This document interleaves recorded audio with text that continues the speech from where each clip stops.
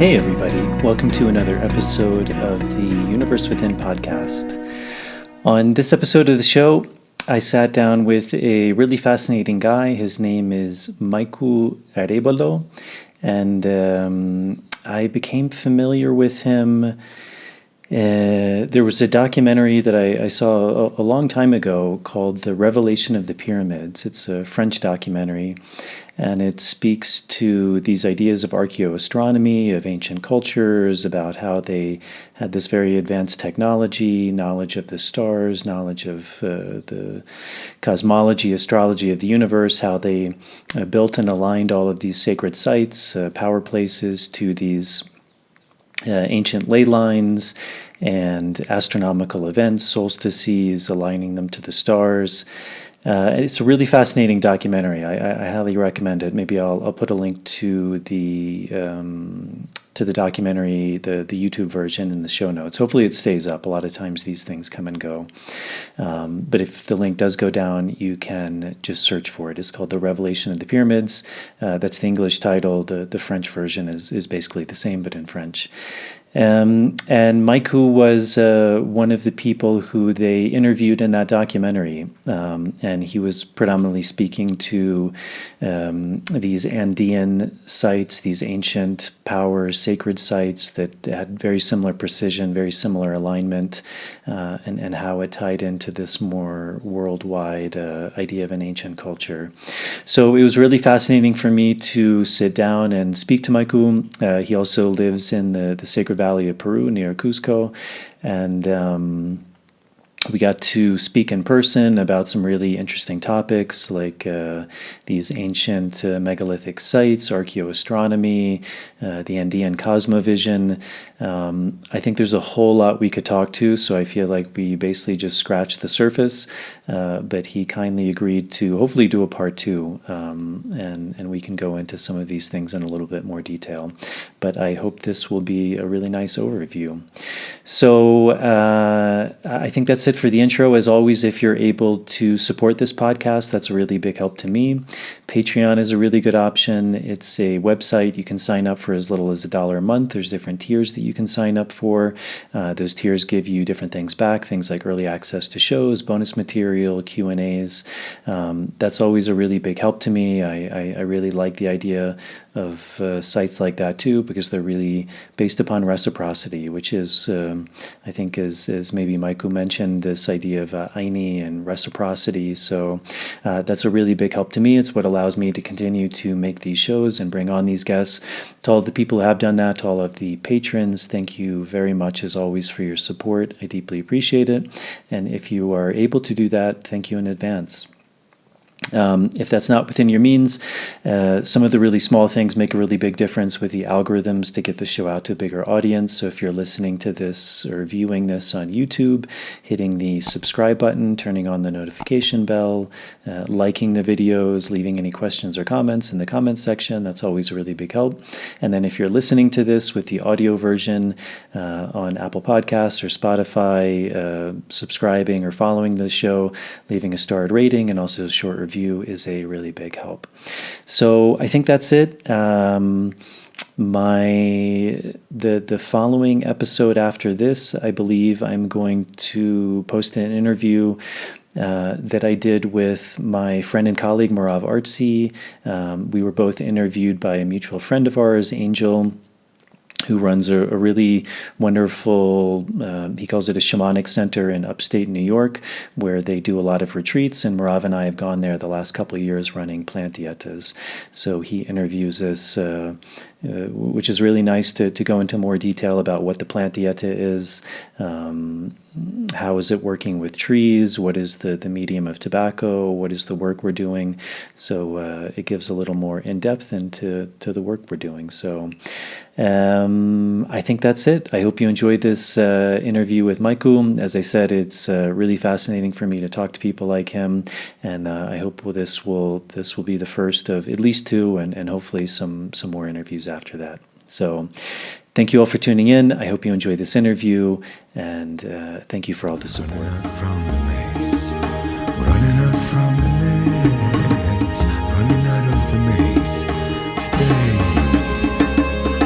Running from the maze, running out from the maze, running out from the maze today. I'm running out from the maze, running out from the maze, run out of the maze today. Great. Well, I first heard of you. There was a documentary that was done, which is one of my favorite documentaries. It's called The Revelation of the Pyramids. The band. Yeah. And I think it was a French documentary. It is. Yeah. It is. It's a group of professionals from France or enthusiastic people that they want to unveil certain things in relation to ancestors. And they are trying to look which ways could be easy to explain about pyramids and about the other wonders in the planet. Yeah. And they reached me because I was French. And I speak French, then for them that was easy. And how did you learn to speak French and English? And the French, that was a funny thing because when I was still young, I was doing public speeches in the streets, in the squares, and French guys, they heard me. They were speaking Spanish, so they could understand what was my speech about. And then they were very interested in inviting me to just join them, kind of visionary intention to create a community, things like that. I was 17 years old. And I was doing speeches in the streets. Then they invited me. Then, of course, the main part of their approach was for the French community. Belgium, France, Switzerland, Canadians. And then little by little, I was forced to enter into that language. And then I ended learning French. But I was not using French for a long time. But anyway, as you put in practice, that returns. And I discovered that the question of spirituality or shamanism and all that for the French community was still retarded somehow. It was far in relation to the US or the English-speaking search for spirituality. And then when they started looking for me, and then that came that people for the documentary. Mm-hmm. It's why my books are not in French, because there is not too much public for that, but English is the number one. Mm-hmm. And then like that, I started in French, and right now I have some kind of people looking for me from the French community. Language can make a bridge. Okay? Maybe there is a reason why I learned that language, to give a little taste of the ancestors to that French community. Mm-hmm. So maybe to start, maybe you could speak a little bit about your background. I would imagine most of the audience isn't familiar with you. Maybe some are. Maybe some have read your books. But we're sitting here in the beautiful Cusco region of Peru, and in also where I'm living is the Sacred Valley of the Incas, and there's a lot of history around here. And it's one of the things that brought me to this area was as you mentioned, this idea of spirituality. There's still a lot of roots here, so. For sure. Well, if I have to go back to when I was a child, and if I was somehow attracted for spirituality, I cannot say yes or no in the order that I had a mentor or I didn't have answers or no. I had a natural approach to that, which means that I was so happy when I was a boy that to be in a kind of trusting to be in nature or enjoying what life was so fascinated that I didn't have time to do any kind of philosophy about when you are a boy. But of course, when I was already 12 years old, I started to read some other kind of books that existed in that time because I had already other kind of interest. I think as I started reading, of course, I discovered that it was other kind of understanding of life for other incredible people. But when I was about 8 to 9 years old, sitting squares, in the mountains, in the little villages, observing the Milky Way, the stars. We start communicating with the other colleagues that it should be other kind of life, not only what we have. So it was part already of our acceptance and my personal acceptance that we are not alone. As I continue growing, literature became part of my possibilities to know what else exists in the planet. And when I was 14 years old, I was already very dedicated to go deeper in myself. And in that time, the first things that came was the yoga, the mystics from the East. That was the first thing. I was 14 years old, 15. So, because I was very sportive, that came as a natural way to adapt yoga positions, techniques, and exercising. So that was not easy at all. And later came the philosophical understanding, the complement vision of the male, the female, the yang, the yin, and all this. But of course, when I finished the secondary kind of regular studies in this nation, I was 16 years old, I started my real journey. Because I finished secondary, I finished the regular school system, and I stopped any kind of, school for preparation for university. I stopped. I wanted to discover the life as it is. And then I started my journey as a pilgrim, going to different areas in this land, different mountains, and I ended in the jungle. And in that part of my personal discovery, people from this French community, they saw me on the streets that I was doing public speeches about philosophy and spirituality and all that. And I was 16, 17 years old. So, but I entered already my journey. I was very attracted to the natural style of life. Right now, people, they do a big separation between how you enter to your personal diet. In our time, being vegetarian, for example, that was taking all the kingdom of the vegetables. Vegetarians in our time was nothing to do with the style of life of introducing anything in your diet. If not, that was vegetables, fruits, grains, and all what nature was offering to you. So I entered into that since very early in my life. So it was not a question of argument about doctrination as it happens right now. When I see the veganism movement, for example, they became so radical in the way how they approach the understanding of life, very violent, very aggressive. And I was already in that personal practice. So when I entered to these big positions that exist right now in the planet, I had already a definition of life. So it was not costing me anything to understand or have a personal practice. This is why to become a pilgrim, a hermit, that was easy for me.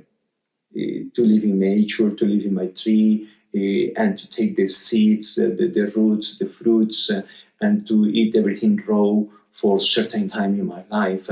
So that was a natural way to approach nature.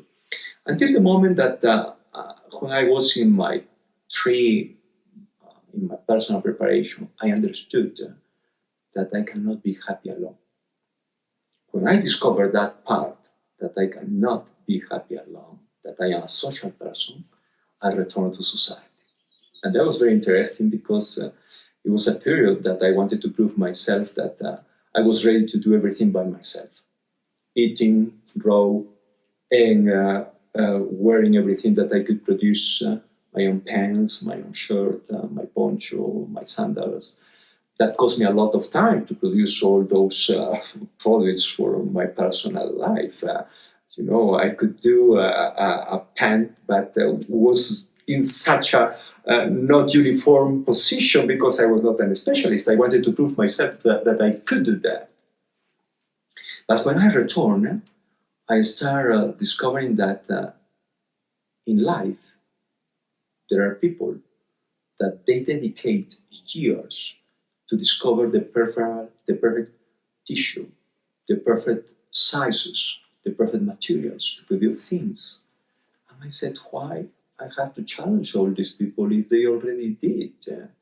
And then I started to accepting what other amazing good people they were in their own process of evolution producing. I said, well, if there is a nice pen where I can get it, I will do the energetic work to have what is needed.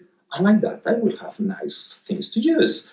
And I will not use days and days to produce things that were not, as uniform as need to be when you are wearing whatever. Then little by little, I understood that society is an amazing thing that human evolution is producing. Of course, in that personal journey, I was always fascinated for what ancestors created. And as I was looking, I didn't have answers. And not having answers, you had some kind of conflict if you were going to Sacsayhuaman or to Lake Titicaca or wherever other ancient places and not having real answers about that. Then started the other level of my life, saying how all this was produced and what was the meaning of all that.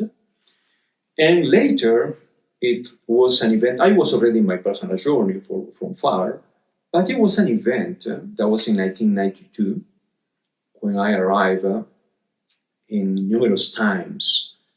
I arrived at once again to the main place of the solar pyramid in Machu Picchu. And when I stayed there, the name is the Intihuatana. This is the classic name given to that amazing place. I entered in my personal meditation there. I was with some colleagues and other students.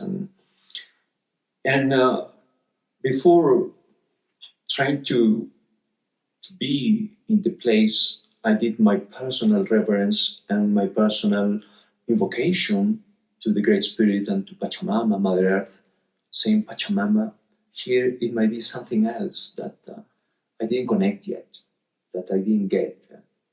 Please, Pachamama, help me. And that was a very special place in Machu Picchu. And I followed the steps.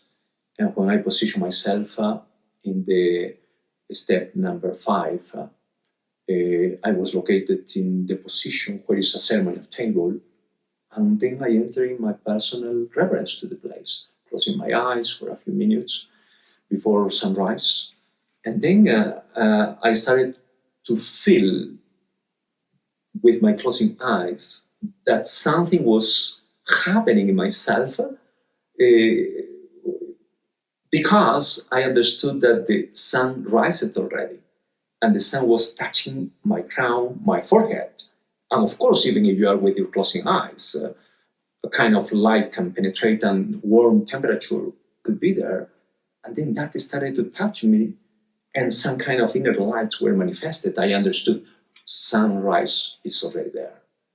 I was really not with physical tears, but with an inner satisfaction that, wow, an important event was happening in that moment. Like my personal initiation, like the light touching me, that was fascinating to me. And I continued with my closing eyes for a certain time until the moment that I felt, well, that's enough. It's warming because the sun was going higher and this first illumination was coming down little by little. And when it was covering my entire face, it was a moment that I said, okay, it's time to honor that precious moment. I opened my eyes and I realized that the sun was arriving already here to my position, my heart. In that moment, when I opened my eyes and I felt that, I saw that in the table that I was positioning my hands like that, on the right side of the table, there are 2 little circles carved by our ancestors. And what happened is that the 2 little circles were framed in a kind of triangular illumination. So because the rock between the table and the sun was blocking partially the light, and because the elevation and all that was producing an amazing effect, that the sun was illuminating, making a triangle, and inside the triangle, the 2 little circles. When I saw that, I said, wow, such an amazing revelation for me that I understood. And I gave recognition to that table to depict the shape of the Puma already since long time before that event happened. So that revelation and the illumination in my forehead, that was a kind of personal initiation into the light. That was amazing because I could feel how that was evolving in myself. After that event that happened, many doors opened in my life. That event didn't happen in any day. That event happened in June 21st, which is June solstice. For that was so relevant. It could be any day. Say, well, that's a coincidental thing. No, that was June solstice, where the sun was touching me in my forehead, and the two little circles were illuminated during that day. That provoked in me consequences of feeling and understanding that all solar observatories had a function. And little by little, that first step in 1992, opening other kind of visual understanding. So far, when I was going to any place where remains from the masters were created, I could immediately read, understand, interpret, and return to those places in order to receive confirmation. Because something, you can have the perception, say, well, my intuition says something, but I can be wrong. But I was returning days of equinoxes, solstices again in other places, and it was a repetition of events. I said, wow. The conclusion was that masters, when they worked in something, that was for a reason. Yeah. And after that event in 1992, I ended the following year, not because I didn't know the place, it's because I wanted to have reconfirmation, which is an amazing place near Cusco, named Tenco. And in that place, which is a massive rock of limestone, in the upper part, masters, they carved in situ on the rock two nice protuberances. And for a long time, when I was there with other people or even myself, and some people were commenting about the meaning of those protuberances, the conclusion for most of those people, even professionals, different scholars, historians, or whoever, they were interpreting that those two protuberances, circular, were created by the masters in order to bring a girl, a teenager, or an adolescent to put, in the position where she will put in such a position that will force her to open the legs and to urinate. And like that, these amazing people will know if this girl was virgin or not. That was the most simple, ridiculous interpretation that was given to that place. And that was for generations.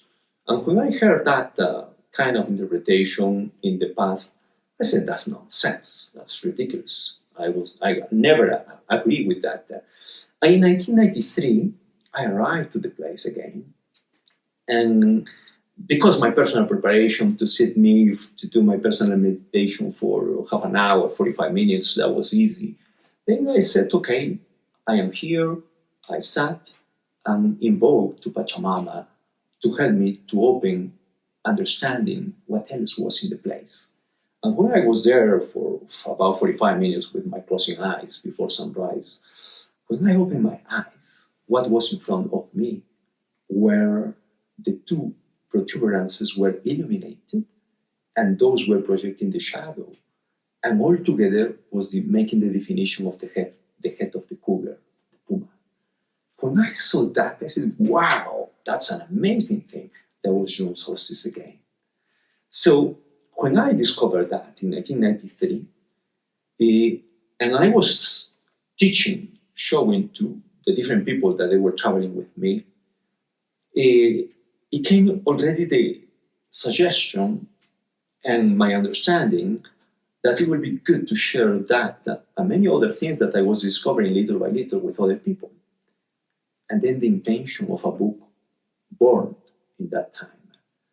This is why after that event that happened in 1993, in 1997, I published my first book, which is The Awakening of the Puma, honoring that event. And of course, in my first book, The Awakening of the Puma, that I published in 1987, I shared the other kind of wisdom that nobody knew. So most of what I share in my books is not something that was a repetition that the chroniclers were sharing already in their manuscripts or some other kind of people. No, au contraire. I was sharing things that were totally new, mostly. And so The Awakening of the Puma book is the result of that event. Then I have now a clear vision of what our ancestors they wanted, to create the best for human beings, the best for their society, and the best for the planet. And right now we are in the position that we are in a global understanding. There's not any more limitations, and it's not difference of what our ancestors they wanted. So my journey was very interesting, and now, of course, I have many more things to share.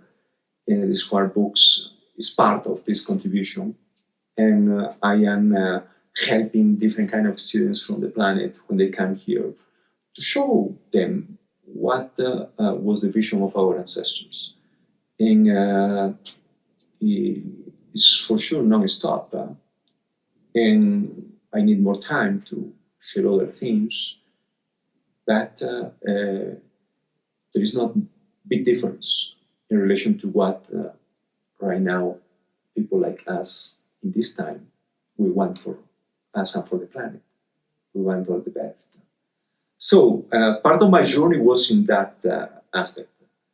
Then I am very open, Jason, and thank you for the invitation for this meeting. And I am open to share something else. I am sure that you have a lot of information already since you are living here in the area, in the Sacred Valley of the Inca. Sure, you have your own personal journey, but if there are any doubts about ancestors, I am very open. Yeah, great. Well, one of the things you spoke about when you were young was this, maybe this sense that there was a different history, there was a different story, and you mentioned like this idea that the mainstream view was this woman, and when she opened her legs and urinated, this is what the function was serving for this thing. And I think I was either reading or listening to you say, very similarly, like a lot of these ancient sites, often the narrative is that they maybe somehow served a function so that people could know the seasons, so that they could better plant their crops. Mm-hmm. You often see in some of these like megalithic structures this extremely advanced technology at the base of these places, and then almost as you progress in time, that the technology seems less sophisticated, which is very contrary to what we've been taught, which is things always progressively get more and more advanced. And it's one of the things that really fascinates me is it seems like there's a story that we haven't been told.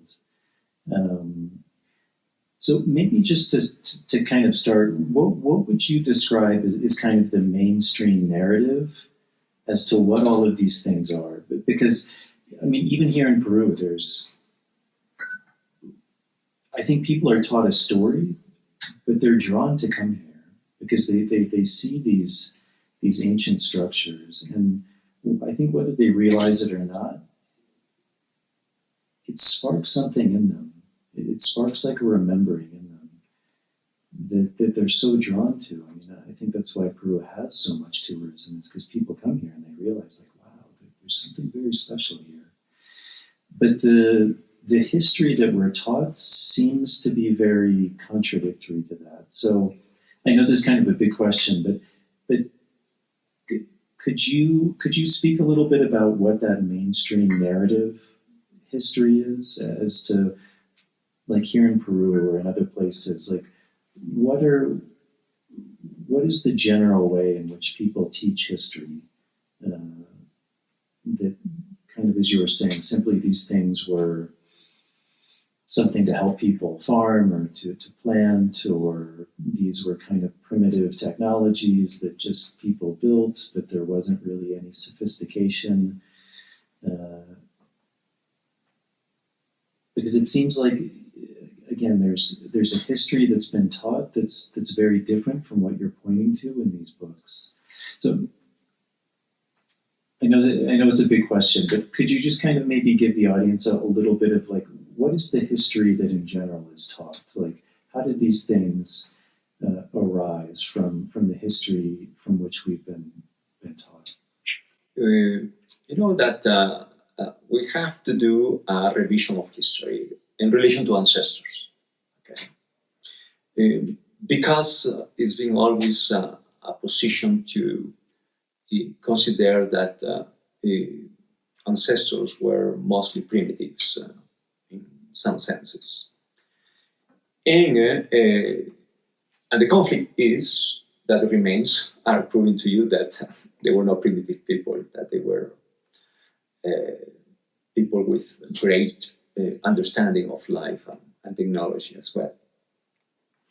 In order to do the revision, we have to transform some of the paradigms that are leading the understanding in history by kind of scholars. Yeah? For example, there are some nations that they are writing the history of the planet, some actual nations that are the responsible to write the history of the planet, the history of ancestors. The first nation writing about ancestors is United States. All kind of scholars are produced there. They are going to the four corners and giving interpretation, doing researches, and having conclusion. The point is that one of the easy conclusions that most of those scholars, in order to understand ancestors, is that always ancestors need to be involved in two aspects: blood and slavery. Blood, because some of the scholars are fascinated in looking that ancestors were primitive, and blood means mostly, let's kill people in order to honor gods, divine forces, and all that, because supposedly ancestors, they were starving for blood of the suffering of other people, because that make pleasure to their gods. That's a ridiculous interpretation, but there are a lot of scholars that they have that tendency. So in order to understand history from ancestors, blood need to be there. If there is no blood, something is wrong.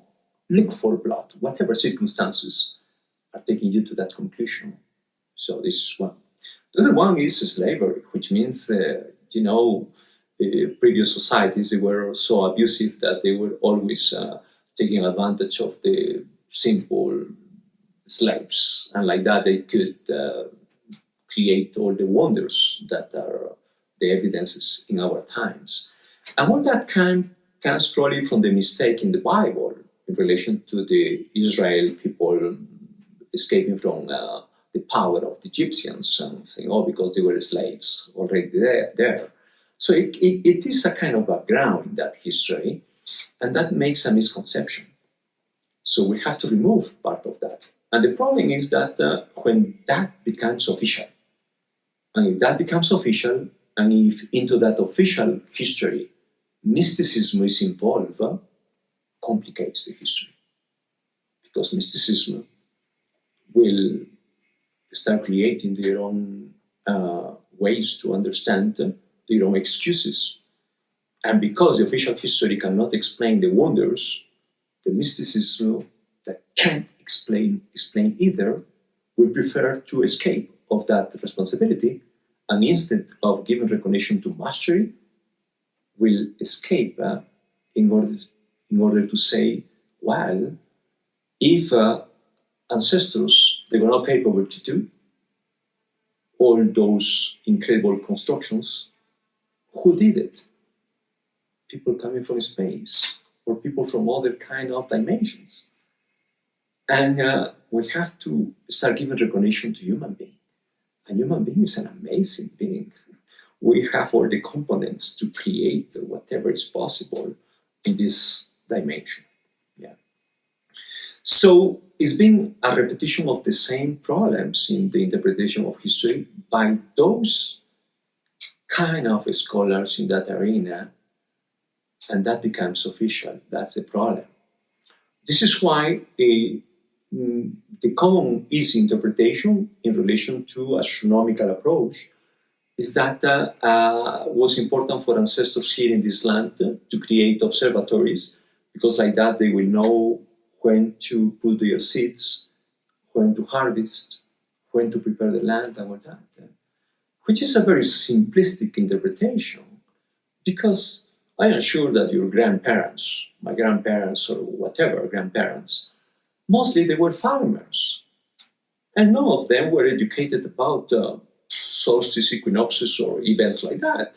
All of them, they knew it, when the weather was changing, so they didn't need to create any sophisticated instrument to measure the arrival of solstices and equinoxes. So this is the simple interpretation made by simple people. This is compromising the history and saying, oh yeah, because they wanted to know. No, they didn't want to know that.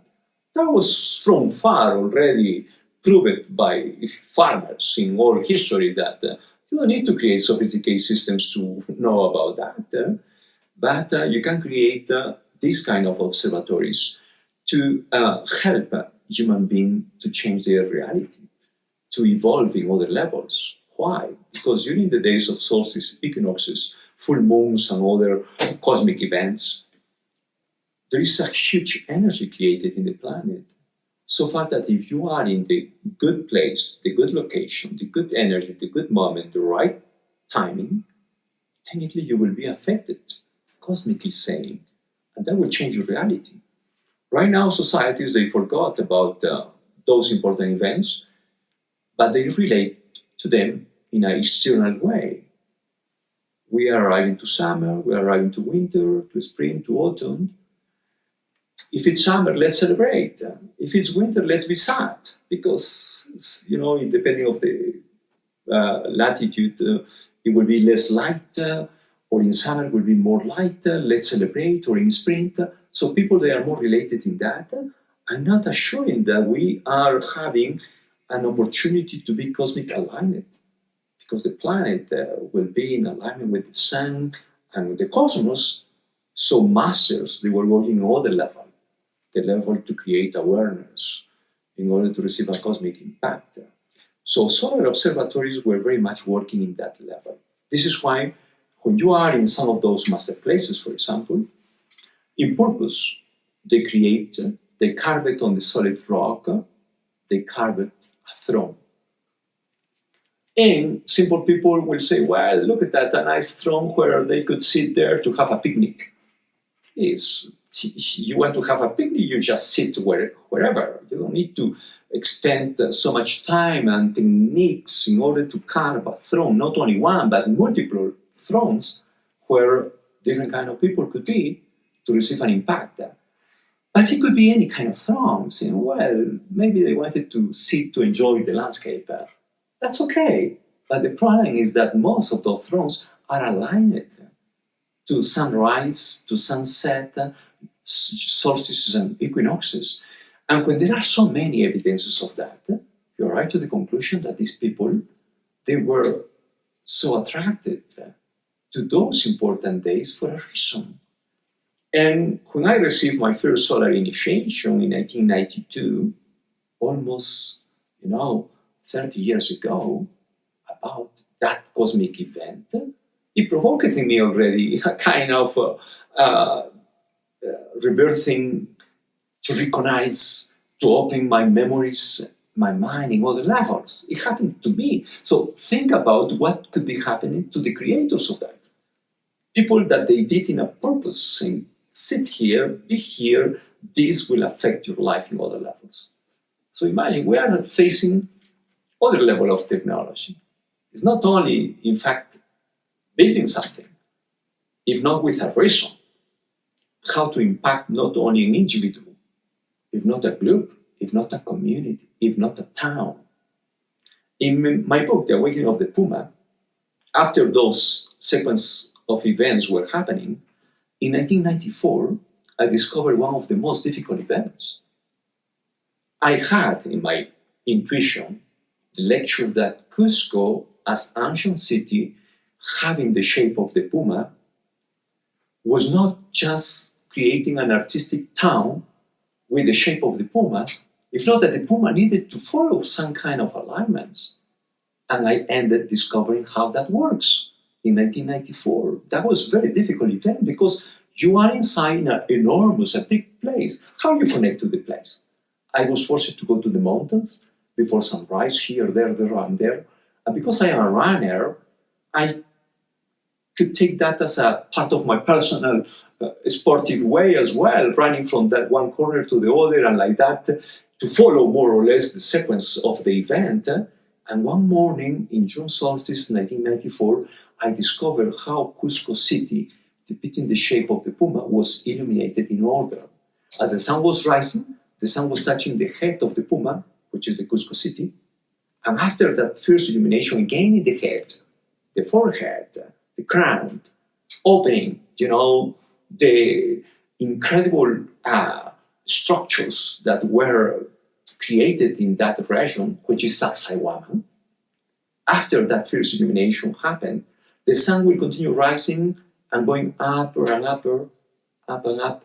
And it was a moment that, because the position of the sun, the beams will come to touch the tail of the Puma. And when the sun will arrive to the base of the spine, each block will be illuminated in order, one after the other, after the other, after the other, as touching every magnetic center along the spine. When I discovered that event, I concluded that masters, they had as purpose to create effects in people, in community, but also in an entire city. They had a global understanding. They had a universal intention to impact the planet. Not only an individual, not only the group. Even if we're not everybody ready to understand all these possible changes, at least they had the chance to receive that impact. This is why Cusco was so amazing center. Cusco was the capital. And when people from other latitudes in the Andes, they were coming to Cusco during those days, they were impacted by everything that was produced in the city. So the masters, they had that ability to create without words and impacting people. And this is what masters, they do. Masters are in the planet in order to affect others, to facilitate the journey of people. So the Incas, they were amazing people. Saying, well, that's not only for us, we're doing for everybody. It doesn't matter if it's not everybody who understands, but at least the energy is there. To arrive to that conclusion, you have to have a great mind. This is why when I was discovering events, I took my hat of recognition to these people. They were amazing. In order to create that, you have to understand the mechanics in life, the mechanical aspect, how structures are working, how weather it is, how to use the materials that exist in the region. So that's the conclusion after observing, studying, comparing, and this is one of the practice that great people, they do. In order to become you a specialist in something, you have to put in practice. So to put in practice is to take the best of every individual and to create a great society. This is why in that time, according to the records, people, they had more or less a harmonious life. Not perfect. If not, they will continue living the destinations of the planet. But at least they had an amazing understanding of society. And the evidences are revealing that when the leaders, they arrive to other latitudes, to other communities, to the other ethnics, to encountering even other groups in remote areas, they try to respect them. But in the same time, they try to give education. It was not everybody ready to receive the education, but that was not a problem. At least the intention was there. to respect the others, that positions you in this great understanding that this is what can transform a group of individuals to take the best of everyone. This is why they had a specialist for the crops, for the constructions, for the tissues, for every aspect. For the artist in general, the specialist in herbs, etc. So if your tendency is to be a builder, become a specialist there.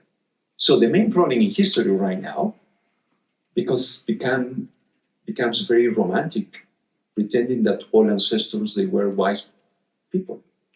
And that was not in that way.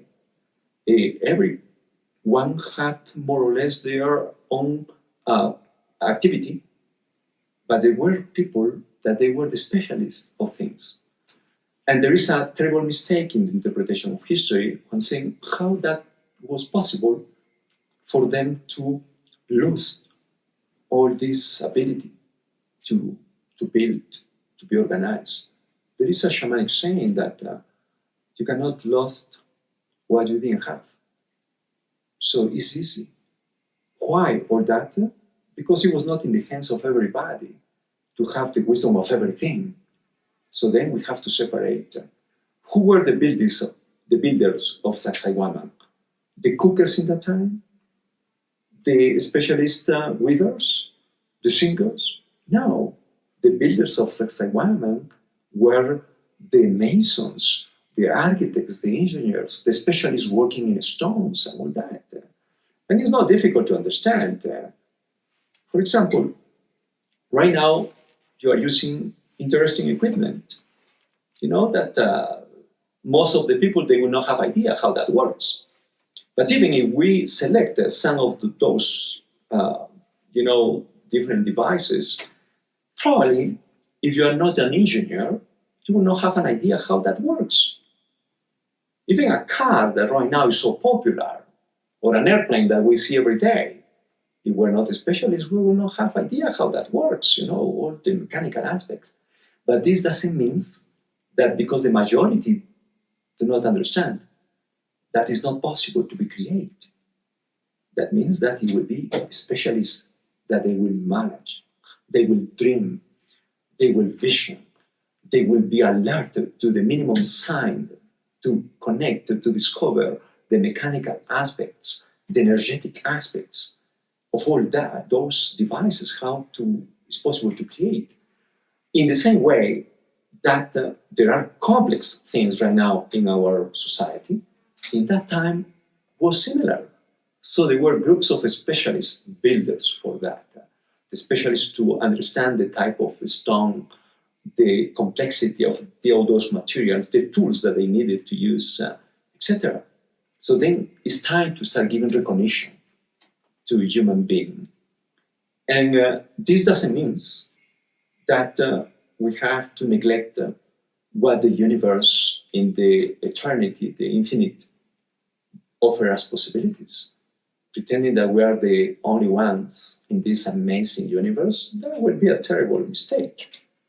But this doesn't mean that we need some other superior intelligences to come to teach us how that works at home. Because evolution is taking us to that aspect. Then it's time to start giving recognition. Then I prefer to honor human being, accept even extraterrestrial existence. Absolutely, yes. That's not a problem. I will need them to come to help to teach us how to build this. The table that we have, that's a problem.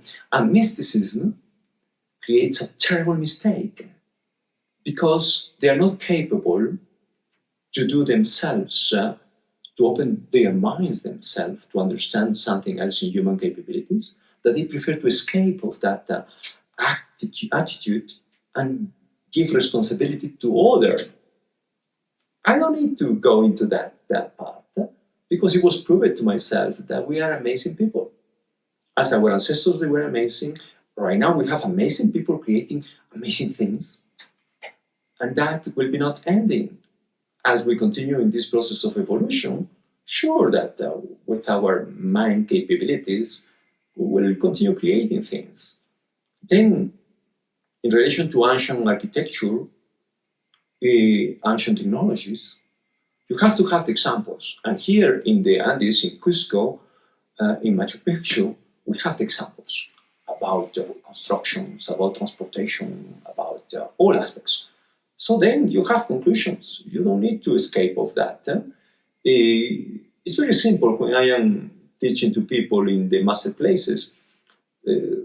Similar questions are coming, saying, "Oh, how they build that?" And I read that to build Sacsayhuaman with enormous pieces, single stones with 100 tons, 130 tons, the biggest pieces calculated according to the specialist, that they took those stones from 100 miles far from the location where it is right now. Totally wrong. Totally wrong. You know, Sacsayhuaman was built with limestone. And limestone exists in all the vicinity. You don't need to bring from far. It's just there. And most of the stones that are already there were already in situ, were part of the mother rock. They shape it, they carve it, they adapt it, and they create amazing sophisticated structure. Who built that? The cookers? No. The specialist weavers? No. The singers? The artists? The herbalists? No. Who built that? The ones who were specialists as builders, engineers, architects, masons in general, calculating and giving astronomical position as well. So we have to start honoring those specialists. There are other amazing examples. In the region of Ollantaytambo, when you arrive to the upper part of this amazing center, the archaeological area, you discover amazing rocks. Those kind of rocks are different than the ones in Sacsayhuaman. It's a red porphyro family of other amazing rocks, solid, that exist in the region of Machu Picchu, but doesn't exist in the vicinity, exists in the quarry, which is a few miles far from there, but in the same way that the origin for those type of rocks are in front in the mountain that you can see, okay? You see the quarry there. You say, oh, it's from there that they took the rocks that we have right now here. What happened is that from the quarry to the ending where they were building the temple, you have more pieces on the way, carved already, which means that they were transporting in a mechanical way. Of course, we don't have all the answers. Yes, I agree with that. But it's been proven right now that doing an organized mechanical effort with tools that we could create, making a parallel to what materials existed in the past. Sure, right now was proven that they could transport, for a certain distance with not much expertise as it was in the past. And they did it with examples, saying, oh, look at that, how that can work. And they did it.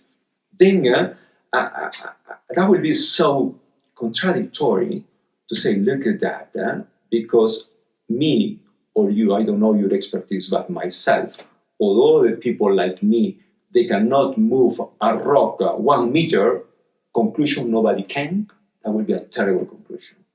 I prefer to give responsibility to those specialists, how they did, because the evidences of transporting the rocks from the quarry to that location, from here to here, pieces are on the way. If pieces are on the way, that means that it was a mechanical way that they were using to transport the pieces here. But even if this, for most of the mystics, it's something that is not possible for them, they prefer for us to say, no, they transported with alien forces. I am very sorry, the evidences are there. I don't want to go against the evidences. And it's even more simple to understand about that part. You know Machu Picchu for sure, yes? Do you remember the type of material that they used to build the walls, the observatories, or everything? The type of stone? Do you remember which type of stone is that? Is it limestone? granite. It's granite. It's granite. You know, during the 60s, the 70s, when the pictures of Machu Picchu became so amazing and people from the sea level, they were observing Machu Picchu and the pictures were showing that we're parting the mountains in between and all that, people from the sea level saying, wow, look at that. From where they brought those stones over there. Imagine, you are in the canyon, the Sacred River, and you have part of the hill where is the city of Machu Picchu, and you have all the mountains around. But when you do the picture, say, well, look at that. From where they took all the stones to build the city. And this is a classic question that most of people they are doing. And this is a terrible wrong question. Why? Because the stones in Machu Picchu, you didn't bring from anything, from anywhere. Only exist in situ. All the area is granite. They took what existed there to co-create the city, shaping to the geographical formations, and that create an amazing city with granite. And because the granite and because the quartz that exists, I name it the city, the crystal city of Machu Picchu, because the material, because the vibration that produces all that material. So, did they took the stones from far away? Not at all. But anyway, that kind of interpretation is so common, so popular, that I receive it. I've been in Machu Picchu probably more than 1,000 times, because this is part of the work that I do. I go to different places, it's part of my work. Then, in all these times, it's been, for sure, near 50% of times, in my personal experience, that people ask me from where they took those stones. Wrong question, because they didn't bring the stones from nowhere. We're already in situ. So, when you have that experience, faced to the sea level understanding from the mystic approach and all that, of course you see that it's totally wrong how they are interpreting history. That they didn't need to bring from anywhere. Even going further, easy to understand for the people of your community and for the ones who will be having the chance to see and to listen to what we are sharing here. The type of stone in Sacsayhuaman is limestone. The type of stone in Machu Picchu is granite. The type of stones in Rachi, the temple of Viracocha, the majesty temple created to the great spirit, Viracocha, which kind of stone do you think is that? It's volcanic stone. Look at that, too easy to understand that. Why they didn't use volcanic stones in Machu Picchu? Because it doesn't exist. Why they didn't use granite here in the quantity that is needed to make a city or a community or a big temple? No, because it doesn't exist granite here. Why they didn't use granite in Rachi, the temple of Viracocha? Because they have basalt, they have volcanic stones. That was proving that ancestors, they were very practical people. But the mysticism, when it's not educated, create double mistakes in relation to the misinformation, in relation to the mystic approach. Understanding as well that when we are talking about the mysticism, we have to learn to separate. Mysticism is related to everything that is mysterious, everything that you cannot explain. If you cannot explain, so it's mysterious. So the base of mysticism is to be mysterious. Yeah? But when you have the evidences, when you have clarity about that, that's not anymore mysticism. It's not anymore mystical thing. It's a practical thing. Your esoteric journey is something that you experience yourself. It's your journey. It's something that proven to you. Has nothing to do with something that you are not exploring or you are giving responsibility to the unknown. We don't have all the answers, agreeing that, but at least in your personal answers, you have your testimony. And that's proven to you that how that works. So this is your spiritual journey. Has nothing to do with the mystic, romantic misinterpretation about a lot of things. And the mysticism is affecting when mysticism approaches history as a problem. Because then it becomes all the transformation the interpretation in terrible wrong positions. It's like the Grand Pyramid. The mystic approach concluded that the builders of the pyramids were superior beings, superior people, or even aliens. But of course not. It's just masters. Masters, they've been always exceptional people. Masters, they were always outside of the ordinary understanding. And this is what's happening right now. I am amazed for what human being is creating, and all these mechanical things and that we use right now. This is why you have to correct the conclusion. Normally, evolution shouldn't go back. And mysticism is interpreting that how come that ancient amazing technology was lost, and right now we are not capable to do what they did. Of course that we are capable to do everything that exists and that we can see. Of course, yes, we can do that.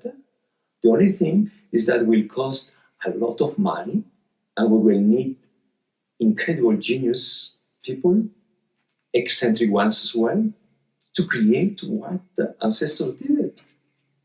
And when you go to some of the places, in the mountains, for example, here, and we have some evidences of these great constructions that they did. When you arrive to the very top of a mountain, led by the ancient Inca trails or the Andean trails, and you arrive to the end, when you arrive there saying, what else? You arrive just to a nice peak, the nice view, you see the landscape and all that, and say, why to do all that for that? That's over? That's not over. That's the beginning of your personal journey. These people, they wanted to create in you the personal transformation, the metamorphosis of your life. So those places are creating the energy for you to jump off the ordinary thing. Amazing. Of course, that right now with the understanding in the techniques of meditation, you can conquer part of all that personal journey, for sure, yes. But these masters, they wanted to offer that chance even to the non-educated people, if they were open enough. This is why Cusco was capital in the past. When pilgrims, they were coming, sure that they were guiding, saying right now, position on those streets, sun is going to rise. Honor Tahiti, honor the great sun. Not because the sun is God. No, it's because that can create an impact in you if you are in the right moment. So the Cusco city, as capital, that was an amazing place to provoke that shift in the opening, in the conquering yourself. And to produce that in a massive way, it's amazing. I was really surprised for that great vision of these people. Then, in relation to the ancient technologies, to really understand, we are amazing people, and we can create all that. That everything you see that somebody interprets that right now we are not capable to do that, that's wrong. We are capable to do that and much more. Can you imagine that if in the past, in the time of your grandparents, somebody will be saying, look at that, it will be a moment that people, they could be creating islands in the ocean. Some people will say, no, are you crazy? How are you going to create an island in the ocean? Look what they are doing through engineering in Dubai or in other places on the planet. But for that, you need to spend a lot of money, the energy in our time, and a lot of eccentric people to realize their goals or their dreams to do that. And like that, other amazing things that are created. Or, the metallic birds that will be flying over the planet like the airplanes. All that will be just fantasy. But no, that's not fantasy. This is part of the journey. Then human evolution is taking us, and for sure that if we don't see, if we're not having time to see that, maybe the next generations, the journeys outside of the planet will be reality. It's been already tourism around the planet. It's been already part of that. It costs a lot of money right now, but this is the process of evolution. It will be in the future probably easy ways to do that. And the vibration of people will change as well, the understanding of people. Then I have clear understanding about the ancient technology. Even if myself I am not capable to do, my conclusion is that specialists, they can. Denying that, it will be going against the evidences that we have there. And Machu Picchu is an amazing city. Machu Picchu probably represents the big lesson, the big class for people. Why? Because the European culture of that time never arrived there to destroy the city. So it stays as the evidences how our ancestors, they had the vision of a city. This is why it's so valuable. And Cusco, unfortunately, because that was the capital, that was impacted. And most of, those Europeans of that time didn't have the understanding, the interest to take advantage of that technological and that organization. But even now, the remains that we have in the city are amazing.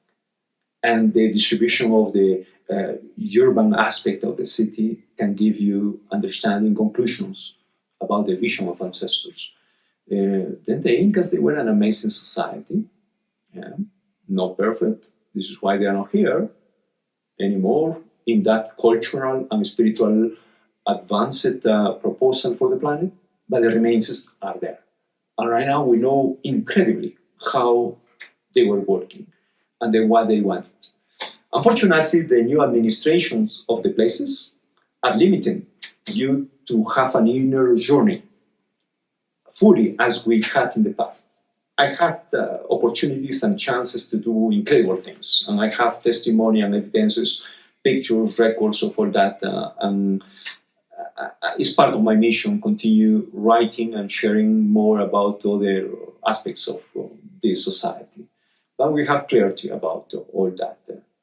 Then I hope that that gave you, to the audience, other vision about part of that technology. So, which is not something necessarily extraterrestrial, understanding nothing to do with our brothers and sisters cosmically. They are there, they always been there. We are part of this cosmic heritage. We are descendants of all this cosmic influence. Has nothing to do with that, okay? So don't confuse.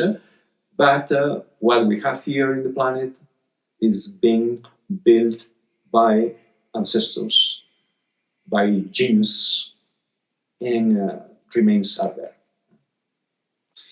Do you think part of the difficulty in really understanding or interpreting these things is that most of the people coming to it are coming from a very particular cosmovision, and so it's very difficult to look at something if you're not also immersed in that cosmovision. So when you come upon something, you look at it through the lens of the world that you know.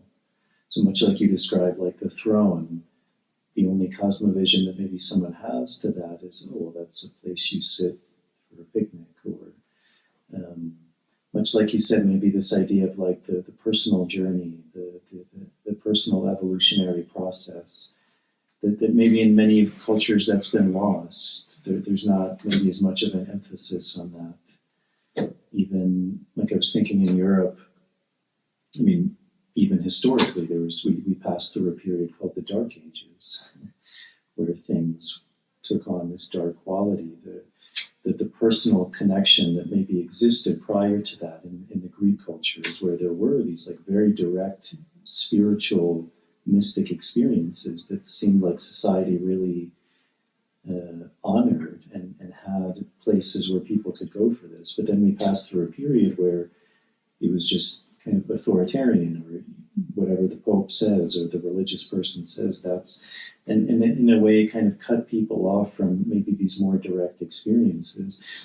Even like in the East, I mean, we were speaking about yoga, I mean, there was kind of a reformation in that idea too, of like Vedanta, which is trying to go beyond like all of the form and taking all of the form in a literal sense, as if there's a million gods and each one has its, instead of understanding the essence of it, like what is the oneness behind that? So maybe when people are coming to these sites, do you think that's where a lot of the confusion is because if people haven't maybe had that direct experience or able to see the world in a different way, the only way we can interpret things is through our own vision, through our own worldview. And it's very difficult for people to see it from any other lens. You know that humans are very special people. And the goal is for you to be healthy, not to be starving, and protect your life. So there are some kind of natural conditions for all kind of individual. We have to learn to control the needs of our lives. And the needs are more or less following a kind of sequence, which is a natural order. First, you have to have food. If you are eating, you can survive. This is the first aspect. The second aspect is to have a shelter. If you have a place where you can preserve your life and the one of your family members, you start feeling some stability. After you have food and shelter, you need to assure in order for you and your family and the other family and other families to be connected, personal transportation, to define a ways to become stronger and stronger.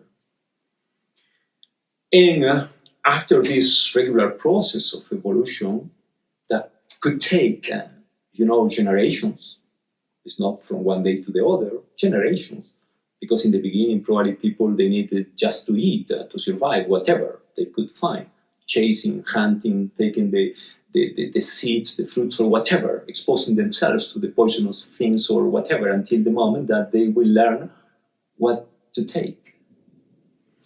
And after being in the caves, after being under a tree, they discovered that they could use a mechanical work in order to create a shelter, a house. And after that, to assure integrity and to become stronger as members, to unite one neighbor to the other. And after that, you needed to integrate all of them, communication. So when you are in this process of evolution, you will start discovering that individuals in the same time, they like to be separated because they are individuals. This is part of our nature. When I am traveling, I've been in other nations. It's been a few times that they asked me, Mallku, we are introducing you tonight to the public. In order to introduce you correctly to this public, please let us know from which tribe are you coming from to introduce you to the public. I said, well, let me introduce myself, because fortunately for the tribes, or unfortunately for the tribes, I am not descendant of any of them, because I am a descendant from a society, which is totally different.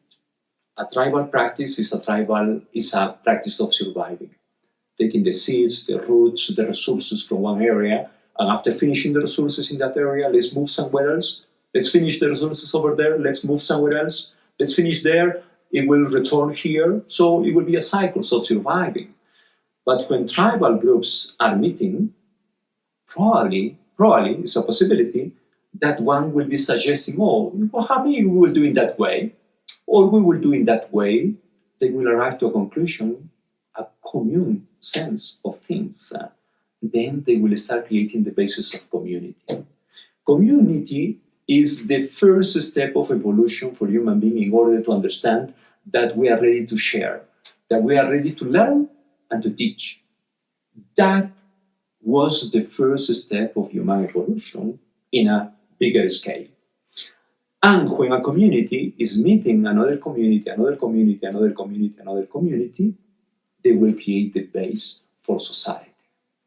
No excuse to any model of society, understand that, no excuse, but this is what the natural order will be taking for, the process of evolution. In a society, what you are discovering in a society? something unique, something special. A society offers to you what? A specialization. Because in a society, you will be meeting, the architect, the engineer, the doctor, the herbalist, the singer, the weaver, whatever. All of them will be part of the society, and society should teach all of us to respect one to the other. If we arrive to that conclusion, we will create as possible an organized and harmonious society. But humans, they are not perfect.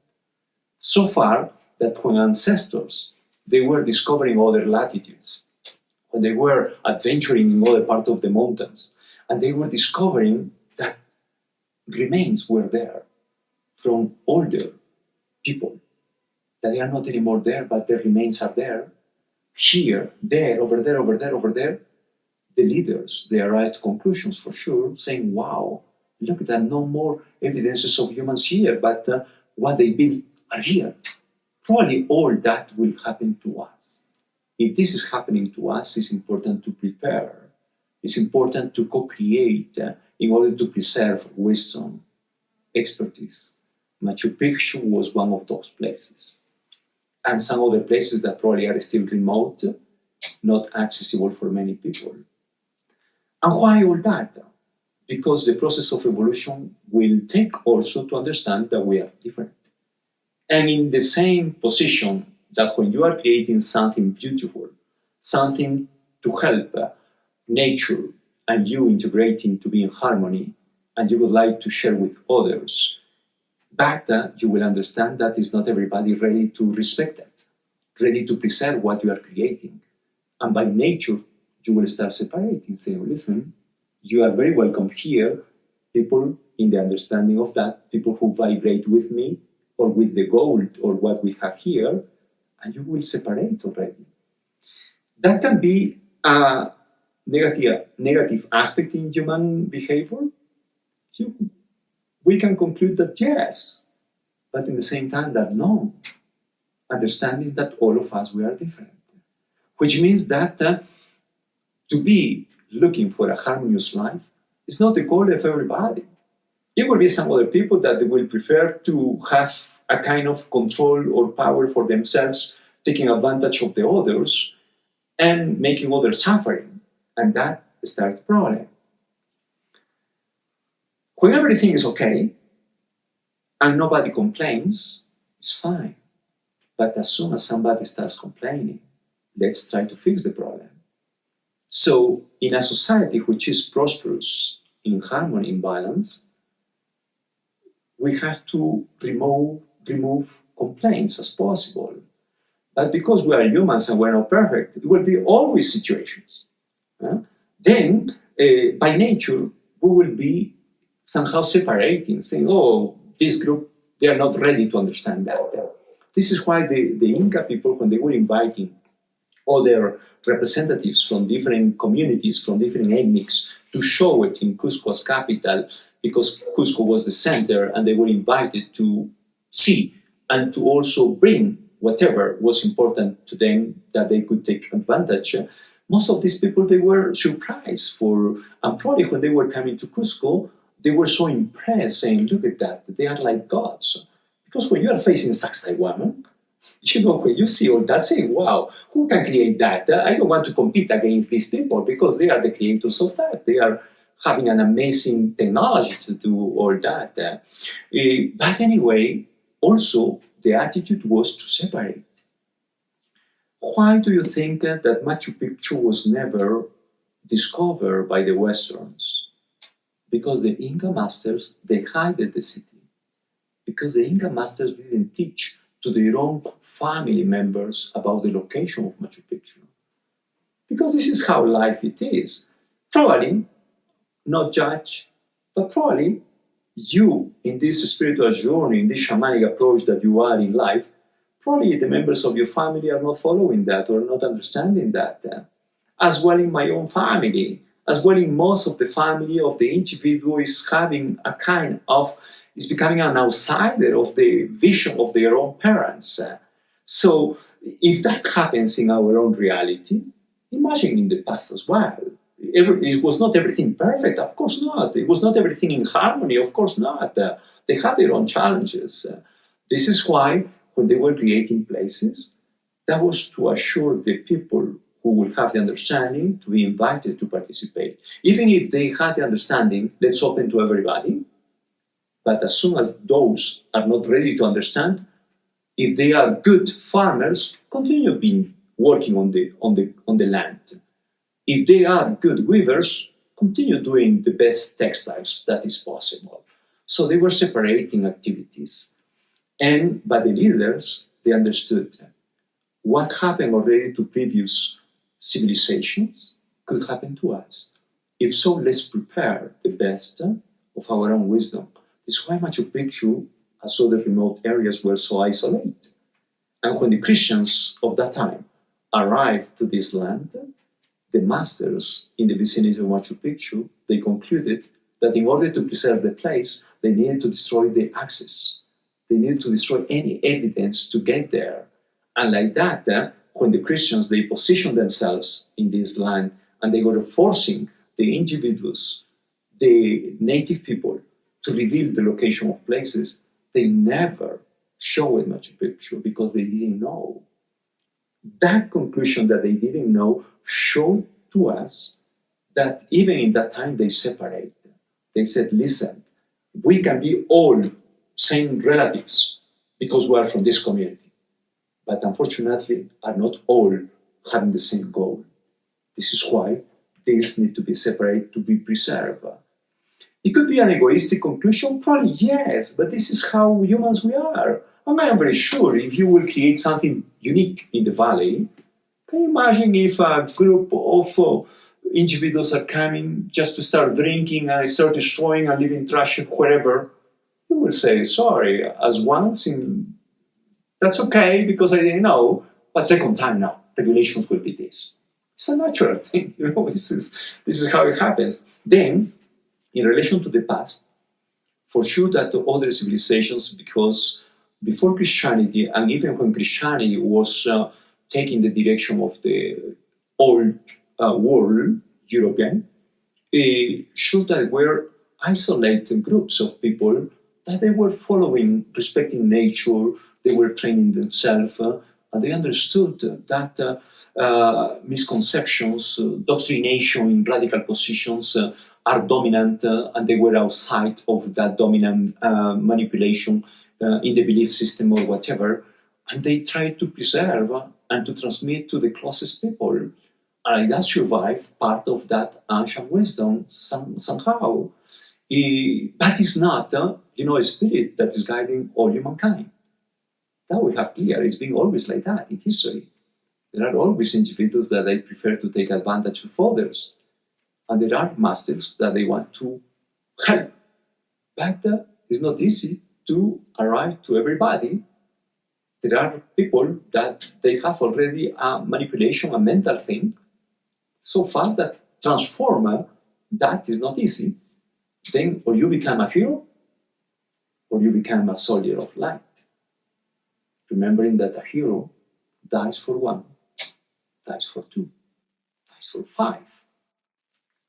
The mission of the planet is to transform the planet. It's possible. Then become a soldier of light. If you are a soldier of light, you will know when to stop, when to stop, and like that to make alliance in order to create strong communities and together maybe impact the planet. And it's a big work that we have to do. But again, it is not that all the ancestors, druids, that all the ancestors, yogis, were expanding their wisdom and techniques to everywhere. No. If you take India that you mentioned as an example, the yogi movement and all that, do you think is very sure what some people commented already, that you have more yoga centers in New York than in New Delhi. This is what the records are showing, more or less. Then it's not because is there probably the acceptance that the yoga and meditation thing came from that. That means that all the Hindu, population was involved in that. but was involved probably in religiosity that has nothing to do with spirituality. And then you have to understand that religion has nothing to do with spirit. And this is probably another terrible mistake, the confusion that religion takes us to manifest, peace or evolution. Not at all. But spirituality for sure, yes. Then I don't see that all ancestors were wise enough. I don't see that all ancient civilizations integrally they were the wisdom keepers of something. Not at all. They were groups separated, as here. Machu Picchu here is the clear example. Machu Picchu was for the chosen people, for the select ones, not for everybody. Not even for their own brothers. If you have that as an example, that's a reality.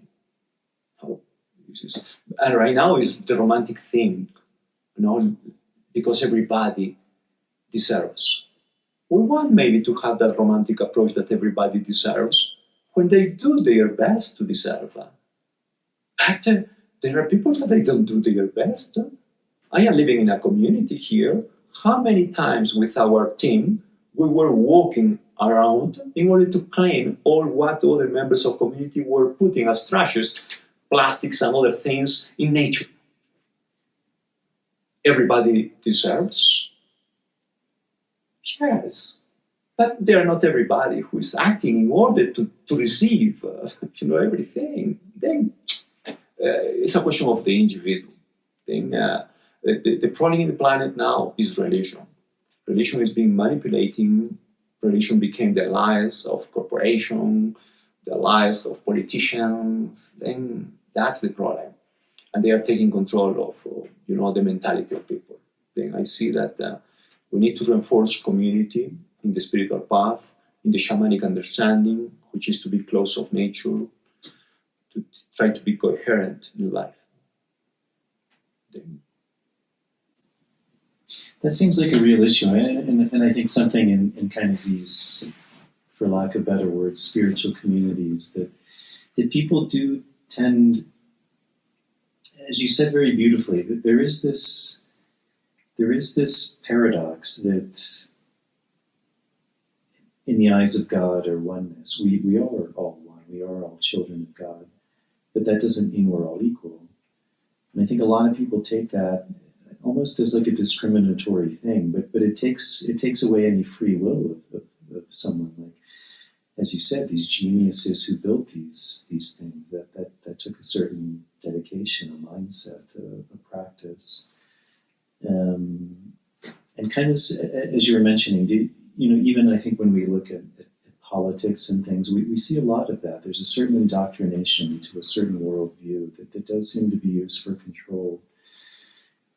Do you think some of the remedies of that is like a decentralization, a going back to community, to family, towards the knowledge we have at this local level, to really focus more on the surrounding where we're at and really put our effort there rather than maybe these more like global levels? Because it seems like it's this interesting thing where as the world does get smaller, our sphere of influence seems to get bigger and bigger, and even our minds, our thoughts are more in these global levels. But at the same time, as you were saying, there's this natural tendency of the individual, right, to separate, to move into communities. And it seems like we're at this interesting point in the evolution of life where maybe these two opposing forces there's some sort of friction in there. Even as we're doing now, I mean, this is being broadcast out to, hopefully a lot of people, but it's something that never in at least recent history that's ever been possible. And, I think even like the interest in all of these things, it's something that maybe for the first time we have access to all of this information, and yet at the same time maybe we're losing the locality, as you were saying, this natural separation that's also really vital to life? Well, my personal journey started very early in my life, or didn't start at all, because I was already there. It was not kind of a natural thing to think about a universal thing, and spiritual, or the energy of nature, my personal search. So I didn't have a kind of mentor, saying like that, beside nature, beside the spirit. Even if I met many people in life, to some that I can give recognition because they are amazing guidance. You know, my main teachers were always nature.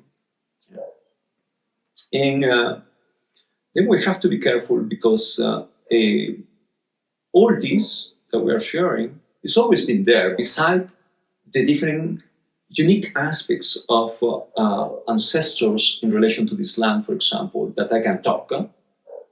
I cannot talk about the Maya thing, the Egyptian thing, because I will need to stay longer in order to feel.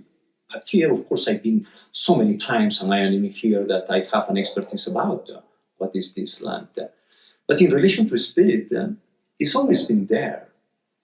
It's not that it's the first time that people they are having access to that. It's always been there.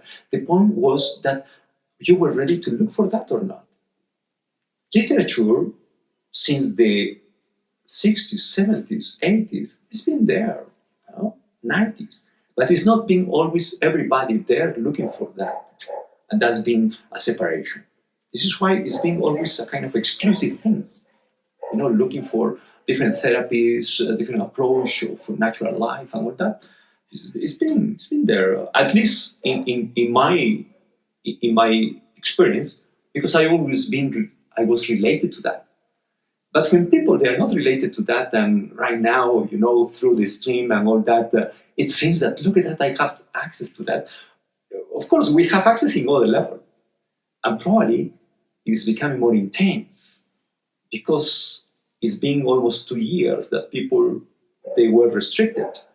1 year almost restricted to go out, to be in one single place, no move, because the society, the politicians, and the governments were creating a kind of planetary jail for people in order to impact them, or in order to provoke other kind of diseases for people to live without pointing to any responsible, because that was very subtle how they did it. Anyway, I see that right now we cannot stop anymore to be as an individual.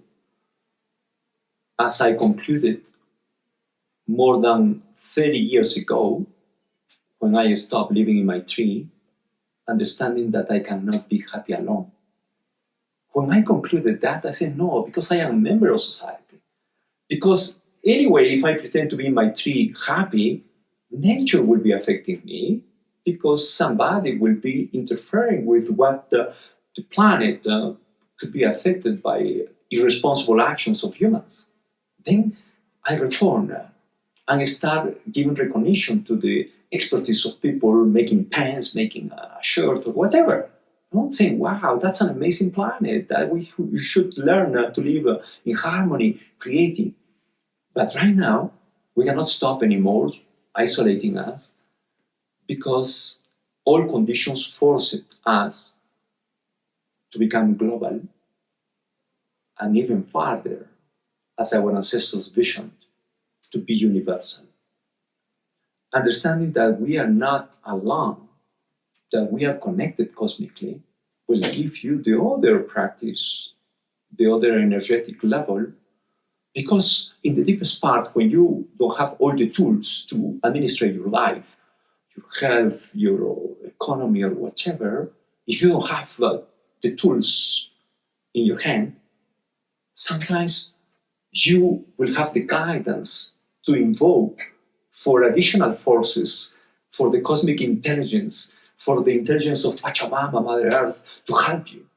So, which means that you are not isolated. That's having a universal approach. But in order to arrive to that level, the easy aspect to get there is always going to be understanding that we are a global community. And in this global community, we still have irregularities because somehow we are just individuals as members, and we don't have all the strength and the power that is needed to affect in a fastest way all the planet. Right now, the planet is administered by a group of people that they are so abusive that they want to have the planet as an amazing paradise just for themselves. And the planet has amazing space for everybody. And there is so much hypocrisy pretending to say, announce about the population, that we are so many people and we have to reduce population because there are so many people and the resources of the planet are going to disappear. You know, in the position that we are right now, if the societies will be so well organized, everything will be better. It's a question of organization and education. I see that it's so, the hypocrisy is so big in that aspect, saying, oh, you know, we don't have ways to control population. It's growing and growing and growing.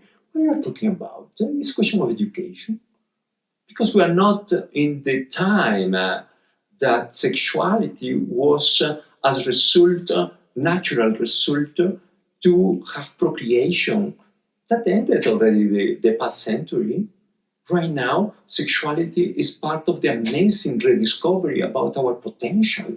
And when you discover all that potential of the sexual energies, education is missing in order to teach people that it's not because you are having a sexual approach that you are having as a result bringing a baby to the planet. So there are ways of technological inner aspects that you can implement in your life in order to use that energy correctly and not necessarily being procreating all the time.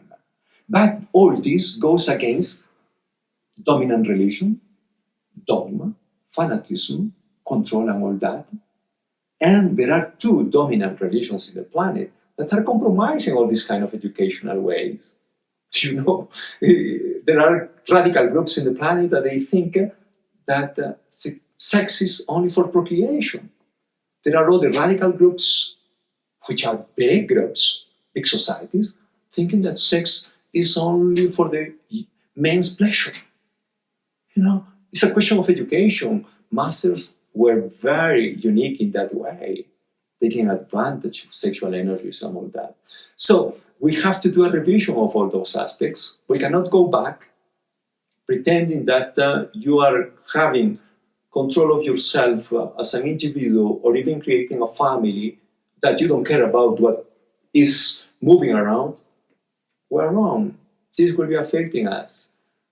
Weak communities, thinking that you will survive being a weak community, that's wrong. You have to become a strong community, a powerful community, and united with others. Right now, what is beautiful is that even you coming from abroad, and even people, wherever they are, we can become connected. We don't need to be big neighbors, physically saying, we are creating a global community.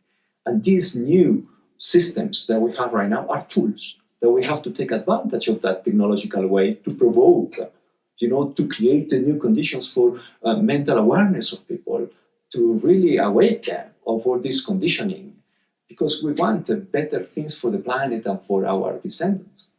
New generations, they need to receive some support. If not, they were pointing us, look at these stupid grandparents that they were not capable to do what was needed.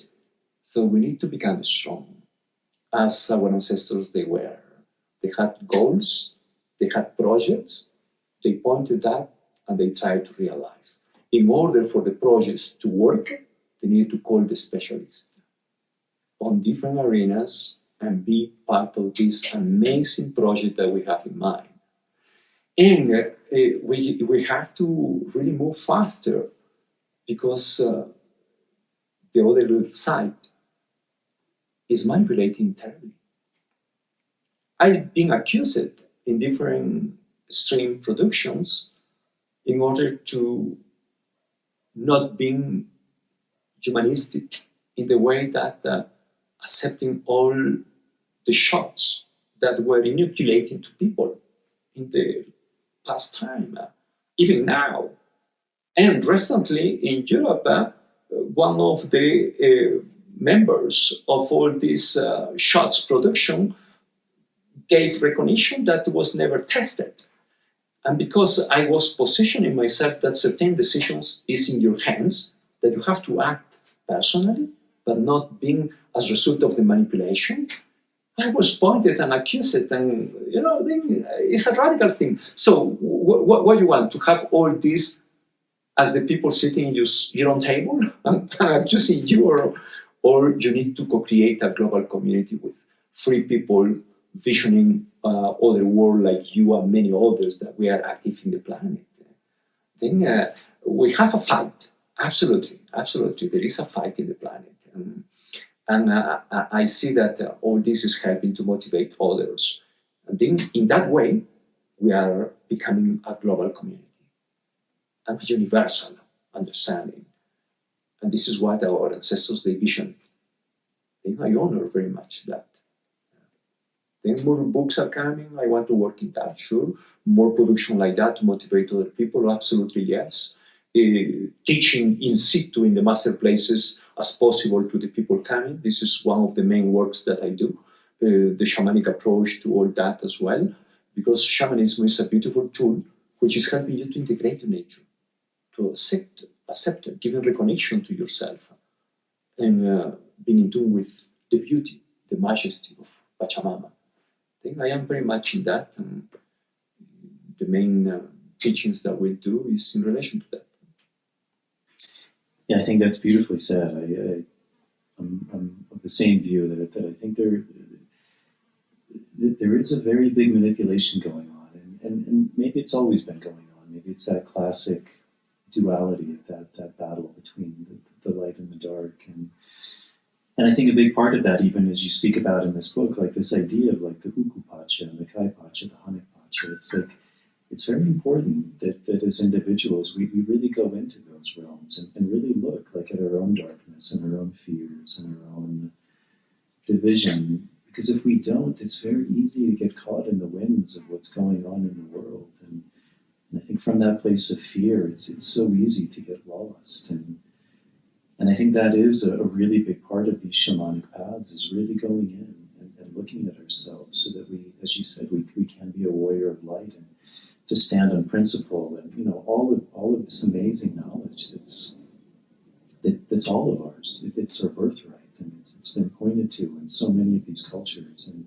And when we forget that, it's very easy, I think, to be overcome by the variación de la vida, the dizziness that it's so easy to fall into. Kind of coming back full circle, we started talking about the documentary, the revelation of the pyramids, and one of the premises of that book was that all over the world you see these very advanced technologies. I mean, incredible archaeoastrology, a very deep understanding of cosmology, of the star systems, of time, of space, which I think is even fascinating. I think you were speaking about this in here, like even the idea of Pachamama. It's not just the earth, it's also this idea of time and space. And you see this in a lot of these cultures, like in Egypt with these pyramids, and many other places in Indonesia now, they're finding them, and other places in the Americas, like you mentioned the Aztecs. Or do you have a sense of, because it seemed like the premise of this documentary, which was that there was maybe an older culture or something in the past that actually was connecting all of these things, not just geographically, astrologically, but a culture or a people that actually had a knowledge of the world and were building these things, not just in alignment with the locality, but actually a global alignment and relationship to the stars. Do you have any sense of that based on what you've studied here? Anything that points you and life in our planet is unique. there is being a process of evolution of different kind of species and all that. And right now, for example, is a big still discussion in relation to the climate and all that. And 2 weeks ago, I was in a community that we passed overnight because we were exploring some beautiful areas. And some of the indigenous people, as I was walking with, mentioned that they were, as a news coming to them saying, and later or soon we are going to start fighting for the water. There is not water that is going to disappear from our planet or increasing in enormous disproportion. The water that is in our planet is the water that has been there for thousands of years and will be there for thousands of years more until a cosmic event will affect the proportion of the water that we have in the planet. Then our planet manifests a unique life. And in our planet, the home that we have now in this existence, we are. And we are not the result of a regular process of evolution from the species, plants, animals, and from the monkey, voila, human being appeared. The monkey will continue to be the monkey for eons. The monkey will be there forever until a cosmic impact of manipulation will interfere for the monkey to start showing a human genetic thing. Which means that humans, they've been planted here in the planet. And as humans, if we've been planted here in the planet, it's very ridiculous the position that some of the scholars, they are having the tendency to point that the origin of human species is in Africa. That nowhere else humans started everything in Africa. Our planet suffered already geographic impacts in different millennia, so far that the geographic locations were different as the planet was evolving. So far that humans didn't start only in Africa, if not all over. But all over as well, we will have different needs. And according to the needs that we have, we need to accommodate our lives. If you will be in the tropical area on the beach, probably we will be mostly naked all the time because temperatures and we cannot be using jackets and all that, or the kind of houses we have, because reality will be not allowing us to have a kind of behavior in relation to that reality. But if we will be in the mountains, you will need to create other kind of regulations, natural economy, in order to protect your life. So, if that's reality in our planet, it will be a simple conclusion to think that human discovery had only one route, if not all possible. Human aspects to discover their own reality. So far that, for example, in relation to what you mentioned, I don't know if you've been in Egypt, but when you are arriving to Giza from far, if you don't have idea, for example, last first time, happened to me the first time, when I was approaching to Giza, I saw far away a mountain. I started thinking about a mountain here. I asked to the local companion, is that a mountain? But that was far, okay? It was not 100 meters, that was far. Is that a mountain? I said, no, that's the pyramids. Pyramids. Of course, I knew it about the pyramids, but that was so, when you are in the desertic area, the light, depending on the hour, is the fog or the dust or whatever that makes a kind of composition that amazed me, seeing that in that flat desertic area, a kind of mountain was there. Better saying, a pyramid. Amazing. A few. Amazing. What are the mountains? The mountains are natural pyramids. What's a pyramid?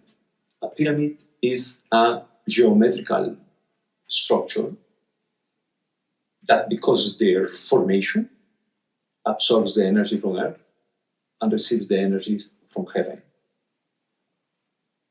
Which means that a pyramid or a mountain is a vortex.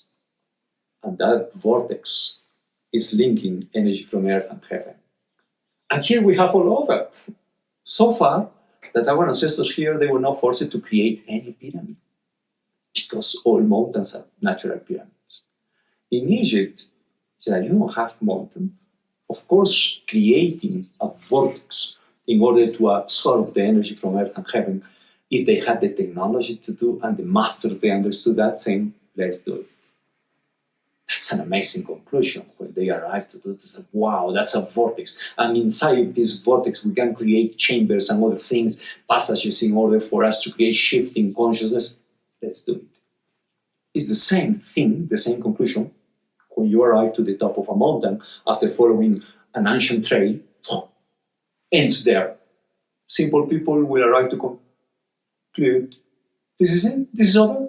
No, that's the beginning of something else. But for that, you have to be in the perfect moment, the shift, the awareness from, so wow, boom, there's a shift here, happens. These guys, they provoked that in me.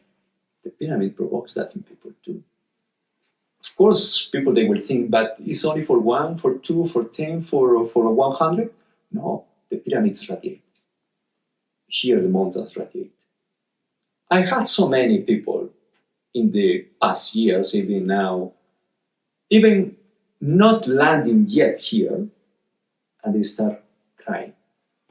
Probably some people commented that to you, as they were already in the airplane. Air was landing in Cusco, and they start emotions, vortexes. So masters, they were amazing people because they understood that, they felt that, say, wow, let's take advantage of those vortexes. Let's increase our potential. Let's have the understanding of life, what we can do. So that was amazing. So in Egypt, you don't have mountains, you create. You increase that vortex in order to absorb energy from Earth and heaven.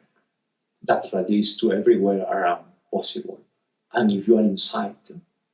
In the shamanic training, there is a saying, in order to see a mountain, you have to be far away. In order to feel the mountain, you have to be in it. You have to be on the mountain. And I am sure when you are in the top of a mountain, you say, wow, I am the one. I am here. Look at that. And you don't need a mentor. You don't need a guide. The energy is moving, saying, wow, thank you, Pachamama. So all those aspects are creating or preparing you for another level of your life. In that aspect, sure, masters in the past, they had that clear understanding. Let's co-create the vortex. Beside the vortex that exists in the planet in a natural way, let's increase. So, humans in that process of evolution, they will try to create the best conditions to everybody and to try to multiply that. Because as more numerous we are, become strong. Of course, you could be egoistic, saying, oh yeah, but only the priestess are there, look at that, we are not there. Well, this is a limited thinking, because there is always a process of understanding, a process of evolution, a process to deserve things, because you are doing your work. Then you will be welcome to all those things. Then, when you are in the other side of the planet, in the Yucatan Peninsula, when you are in that area where the amazing Maya people create pyramids, when you are in the forest, you have the vegetation You have sometimes the rivers, the lagoons there, but the vegetation is so big, the trees, the forest is so big that you are there. And you are there saying, that's nice, yes, one day. That's nice 1 week. That's nice 1 month. That's nice 1 year. But after that, you will say, wow, that's too much. I would like to have something else. Humans, if we are not exposed to have all the diversity of the planet, our mind starts to be blocked. Humans, they need to have perspective. This is why, if you are in the forest, and this is limiting somehow part of your personal evolution, you do the best to co-create with nature the conditions in order to be over that forest. Mostly when you are in Yucatan, in that Maya territory, if you are over the vegetation, the forest, you will see that over the vegetation, there is a peak here, there is another peak there, there is another peak there, the top, the very top, for the initiate people, for the masters, to connect to heaven. Not only emotionally, not only energetically, also visually. Because we are amazing beings, humans, and humans, they are connected to all this reality. Humans probably will have limitations in relation to other species like animals. There are animals that they can see at night. There are animals that they can feel, even if they are in isolated spaces, they can feel all around because of their own perceptions. But we humans, we are very much visual. This is part of what we have in order to observe from far and to connect them. But if you don't have that opportunity, you don't have open space, something blocks yourself. If you are a leader, a master, you will try to fix that. If your reality is that, you will try to create conditions. Egyptians, they were amazing for that, until they move a little farther to try to find mountains that didn't have much. Here, they were not forced to do that because all the mountains are amazing geographic points. In that aspect, each reality will motivate you to adapt and to develop all kind of awareness. This is why when there is this kind of argument that it's been only one place from where humans evolved, African territory. And it was a moment that showed it in different latitudes, Egyptians here, Mayans there, Incas here, or pre-Incas here, etc. But all of them, they had some technology.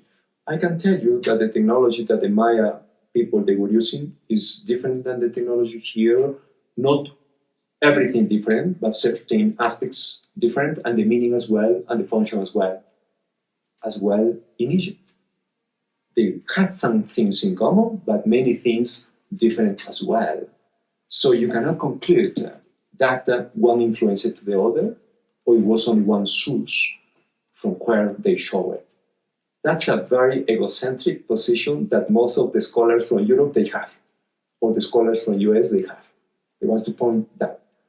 And that was amazing, that in the genetic studies that they've been doing, they concluded that most of us, we have origins from the Tibetan people, or the Asian people, the Asian genes and all that. So this is one side of the figure. The global understanding is that when humans show it in the planet, it was not only the territory of Africa that was the only one to put life as humans in the planet. That is a very limited understanding. But reality is amazing. Then here, I still stay here, even if I travel in different latitudes. I am still attracted so much for the beauty, the power that exists here. And it's very sure that ancestors, they had similar or deeper conclusions about this territory. And also the valley that you are. And the valley is unique. Is the advancing to go to Machu Picchu. And then the rainforest. And more. then this is a little about that. I don't think, and I don't feel that is one origin. And probably, if the question was more related, they were the Atlanteans as the origins, or the Lemurians given by certain people as the origin of everything. No, not at all. They were just part of the history, the ancient civilizations. Okay, that right now people they are naming Lemurians or Atlanteans or Laponians or whatever. Those are just names. And they were not responsible for human evolution. They were just part of the ancient societies that exist in the planet before even the last ice age. Then, and the planet before that had other civilizations. It's very interesting how all that, even if we're evolving in the understanding of that, sure, other specialists doing studies in the soil, the atmosphere, the glaciers are helping us to give an understanding that somehow in your inner world you already have. So some will be conclusions. Where do you think the role of, because it seems it's becoming more popular now, is this interest in what could be called power plants or master plants? A lot of people are going to the jungle and beginning to work with ayahuasca. More and more people are coming to here and working with Wachuma. And it seems like, again, that was something that was very, maybe for the world at large, something that was very lost. And now it seems people are rediscovering that. I think even you mentioned in here, like Chavin de Huantar, it seems like there's iconography of these temples that gives pretty strong evidence that potentially they were working maybe with Wachuma or some of these power plants. Where do you think those plants fit into the societies or the cosmovisions of these people? In the last 2 decades, people, they've been drinking ayahuasca more than the entire history of ayahuasca in the planet in the last 2 decades. And if the result will be that a master plant is transforming globally, that's not the result, that's not the evidence. This is why also in the past, it was not everybody who was having the inner journey with Wachuma or ayahuasca or peyote or iboga or the mushrooms or, the planet is amazing. In Pachamama is the mother of opportunities, and Pachamama didn't abandon any latitude. Pachamama offered to all parts in the planet the evidences of magic and beauty, where a power plant will take you to remember how beautiful you are, how connected you can be with that essential aspect. A power plant is for that. But in the last 2 decades, mysticism and tourism and, started to promote so far that this region became the region where every day, even since the last 10 years, people they are drinking ayahuasca every day. Cusco. In Sacred Valley, you have in the village of Pisac as well that people they drink every day. And it's enough to go to the market and to have some dollars and to buy a bottle or a liter of. And you are finding some people on the streets to go to have some fun or to misunderstanding or to a kind of inner thing in your life.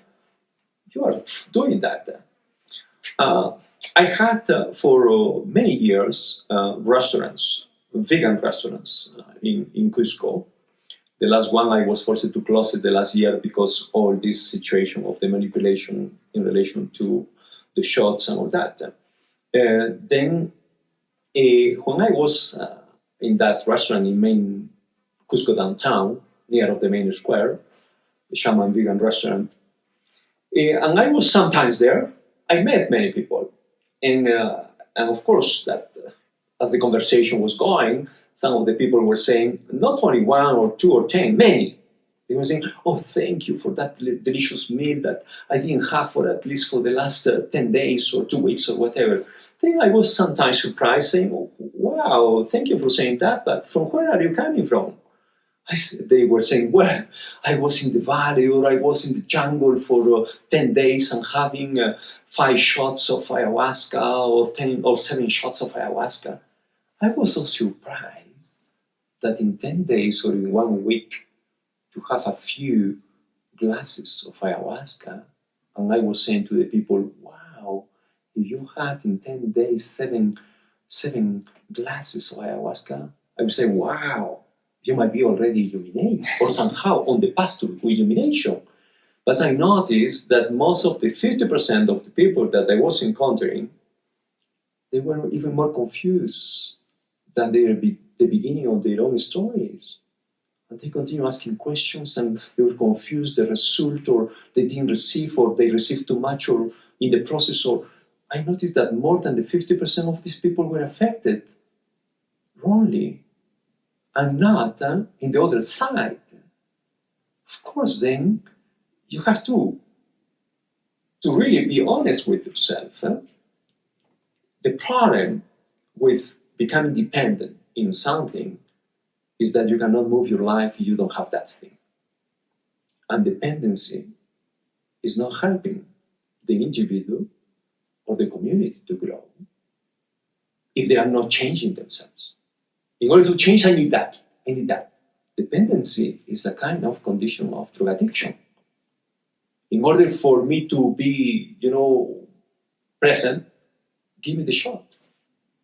So if that is the practice, that's been a terrible practice anyway.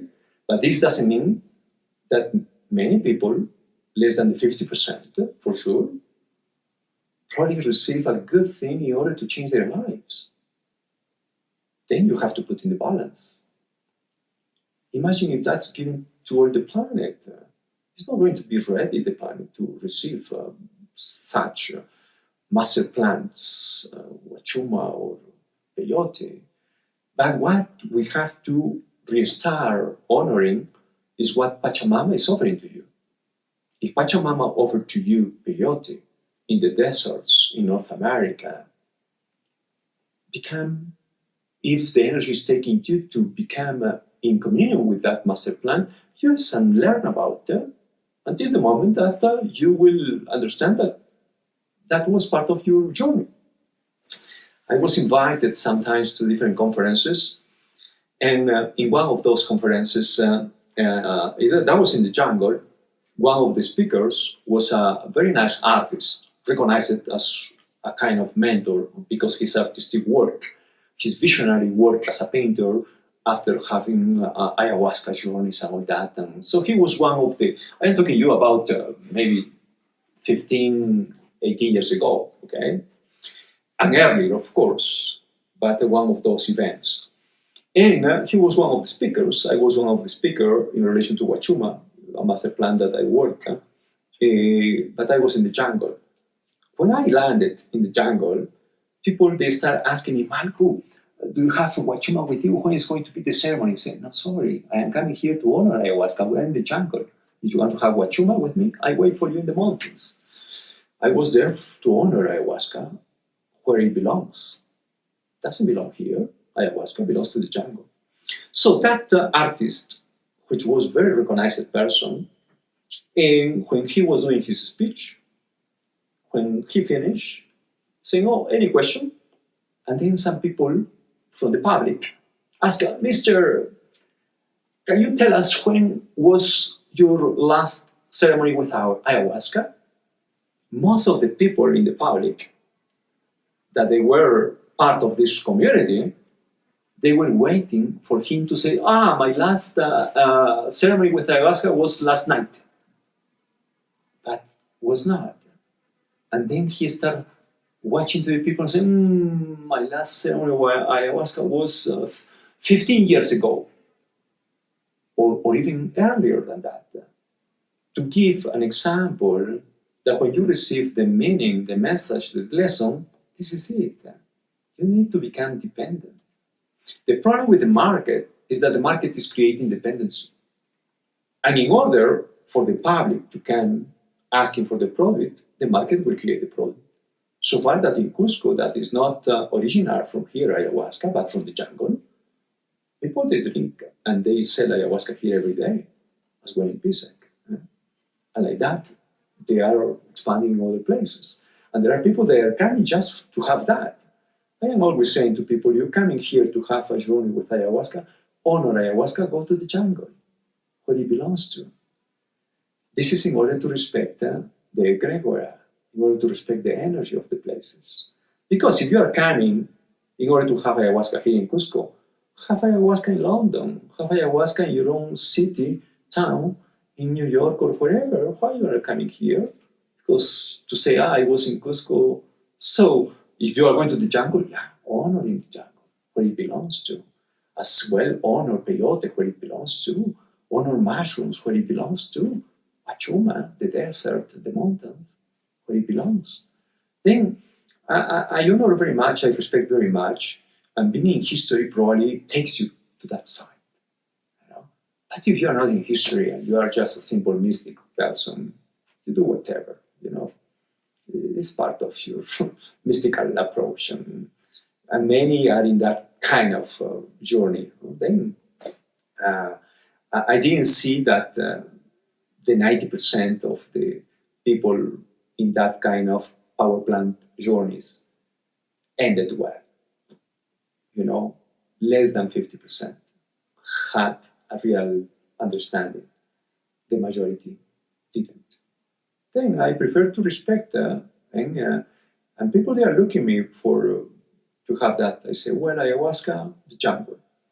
If you are insisted, and probably conditions are, will be an ayahuasquero around somewhere in the lower location. Okay. But that's not what I am trying to motivate in people at all. Because in mastery, you understand that if you have to become dependent in something, it's in you. Because inside of you, you have all the tools. Inside of your breathing, inside of your meditation, inside of your personal exercise, inside of your personal action. This is it. All other aspects are very are welcome when there is the energy, the conditions, with respect to it. If not, great. I don't want to take up too much more of your time. This has been wonderful. The one thing I maybe am curious if you can touch on a little bit more is one of the things you really seem to be touching on in these books is this idea of this solar initiation. And again, this is something that I think you do see in a lot of cultures, but it seems to be very strong here. In many languages, even in Christianity, you have this idea of the sun, and the Son of God, and so in a lot of European traditions, this idea of Zeus and Jupiter, it's corresponded often with this solar energy, and many cultures seem to worship the sun. So it seems like there's a lot of, I think people on an intellectual level, they correlate the sun to this idea of God or maybe spirituality, but it seems so less and less. We've kind of moved away from that. Even we just kind of take it for granted that every day the sun rises and it gives light upon the world and it nourishes and it feeds. So can you speak a little bit about what you found in these traditions here about this connection to the sun and even this idea of these potential solar initiations that maybe some of these ancient sites were pointing to? Some of the scholars interpreted that Machu Picchu was created to be a place for resting of the leaders, of the king and all that. Some others, they interpreted that was the farmer that was isolated and preserve, protect and all that. Probably Machu Picchu, probably Cusco are the most clear examples about the master vision that these people had in relation to solar effects. Again, there are so many thrones, so many steps aligned cosmically, solstice, equinoxes. It's too much evidence about that. the entire city of Cusco is the evidence about how, following an order, the sun will start illuminating forehead to produce a massive solar initiation in people. In not only one, a massive thing, an entire city to receive an impact. This is a master vision. But even if this is what they had as a practical thing, that was not for sure accepted for everybody, and there were many that probably didn't care about that. And I am considering myself as a solar being, since in a personal experience, most of my life, probably 99% of my life, I always been awake before sunrise to observe the beauty of that amazing impacting of the sun. I cannot say the 100 because probably sometimes I was not, but at least more than 90%, even 99%. That was amazing, my personal journey, and that helped me to discover a lot of things. Because being before sunrise, I could see not only stars, constellation, moon, but also positions and all that, light and shadow. And in 1992, occurred to me this solar initiation, as I was referring earlier, in the solar observatory of the Intihuatana in Machu Picchu. Following year, I discovered the awakening of the Puma and many other events. Then masters, they wanted to help people to receive that impact, but not as the imposition to the society. Because they understood, everybody, even if it's already shown, that's not necessary to everybody. You will be people that they don't care, they have all their... Even now, if we have the understanding, even now, there are many people that even if they know, there will be many situations that conditions will be not there, then it will not happen. Even if the information is there, you see? Then a solar initiation is the amazing process where the light is going to make a metamorphosis in yourself to reactivate part of your memories, part of your cells, and all this. And I have the ability to connect that to those places as I am arriving. For example, if I will be in one ancient place, I will know where to sit, where to be, and how that works. Because I've been there and I experimented myself, and I can transmit that to the people. And I've been teaching that for many years to people. This is why in our retreats, because we organize journeys, events, and all that, in our retreats, people, they were ready and they were following before sunrise. Not every day for them, but at least in many of the places. Trying to be before sunrise in order to understand how this can help to transform their reality.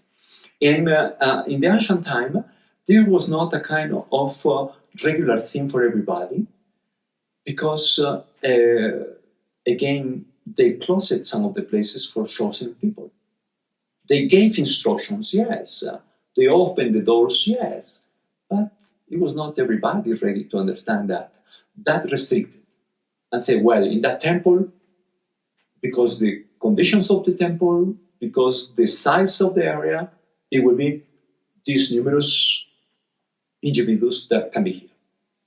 Of course, many others will be doing their regular activities. Then a solar initiation will be passing to a certain number of individuals for them to assure how that works and to replicate. Because as they could replicate, they could motivate. And that was very interesting when the Incas, they arrived on the coast to an area where was Pachacamac, for example. They honor very much what the indigenous people over there they were creating, but they said, listen, but here will be built a temple to honor the sun, the moon, stars, or whatever. That was showing, saying, oh, you are doing that, continue doing, but something else is coming. This doesn't deny that you can continue doing that, but there is that as well. That means integration. That means at least showing to them that this also exists. that can help them to make a personal jump in another level of life. What was limiting a lot all this massive impact in population in the past was the local understanding, the simple understanding. And there is a terrible mistake that even until our days is transmitted.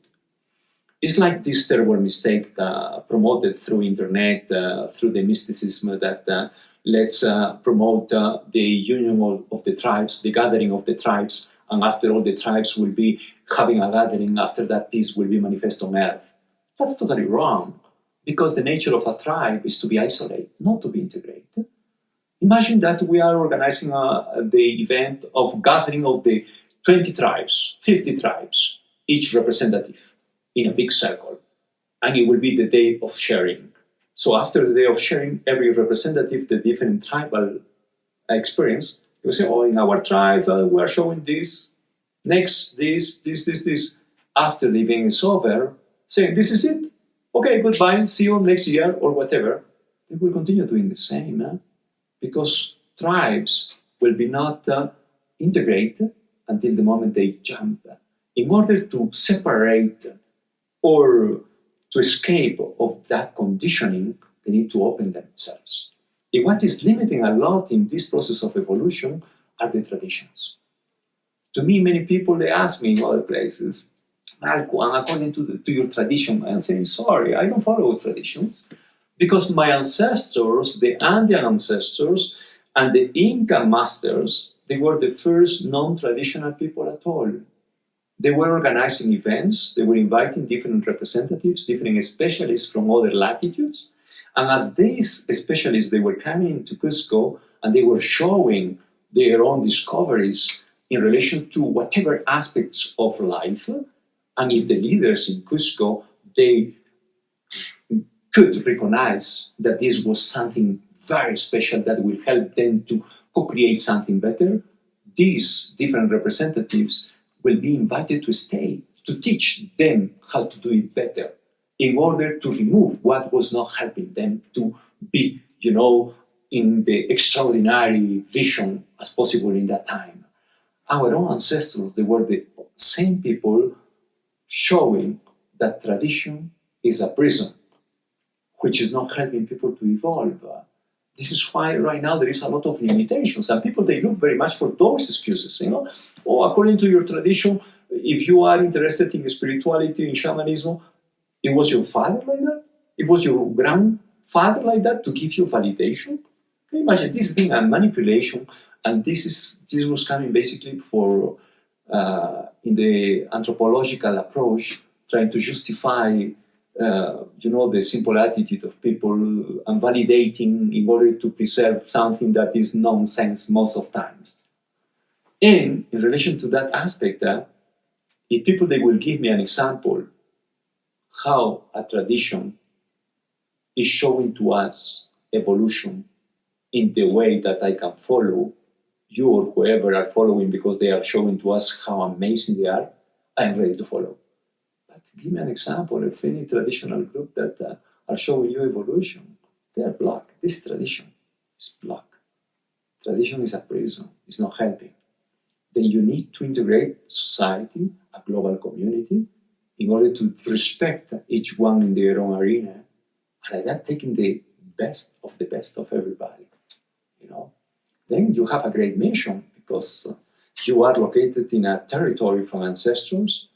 You are using actual technology, which is very good. And then we need to integrate that with other specialists in the area of cropping organically, building or whatever, motivating for all of us to become strong. There is nothing wrong to become more powerful. Nothing wrong. There are beautiful stories. There is one very nice story, which is in my book, The Crystal City of Machu Picchu. By the way, this is that book, The Crystal City of Machu Picchu. Mm-hmm. And there is a beautiful story about the condor and the hummingbird and all that. And it will be for another moment to share part of that. Then let's give a recognition to the beauty of human beings, what they can create. Let's contribute together in a global scale. Not the way how they are trying to do right now, of course not, because it's a political manipulation, terribly.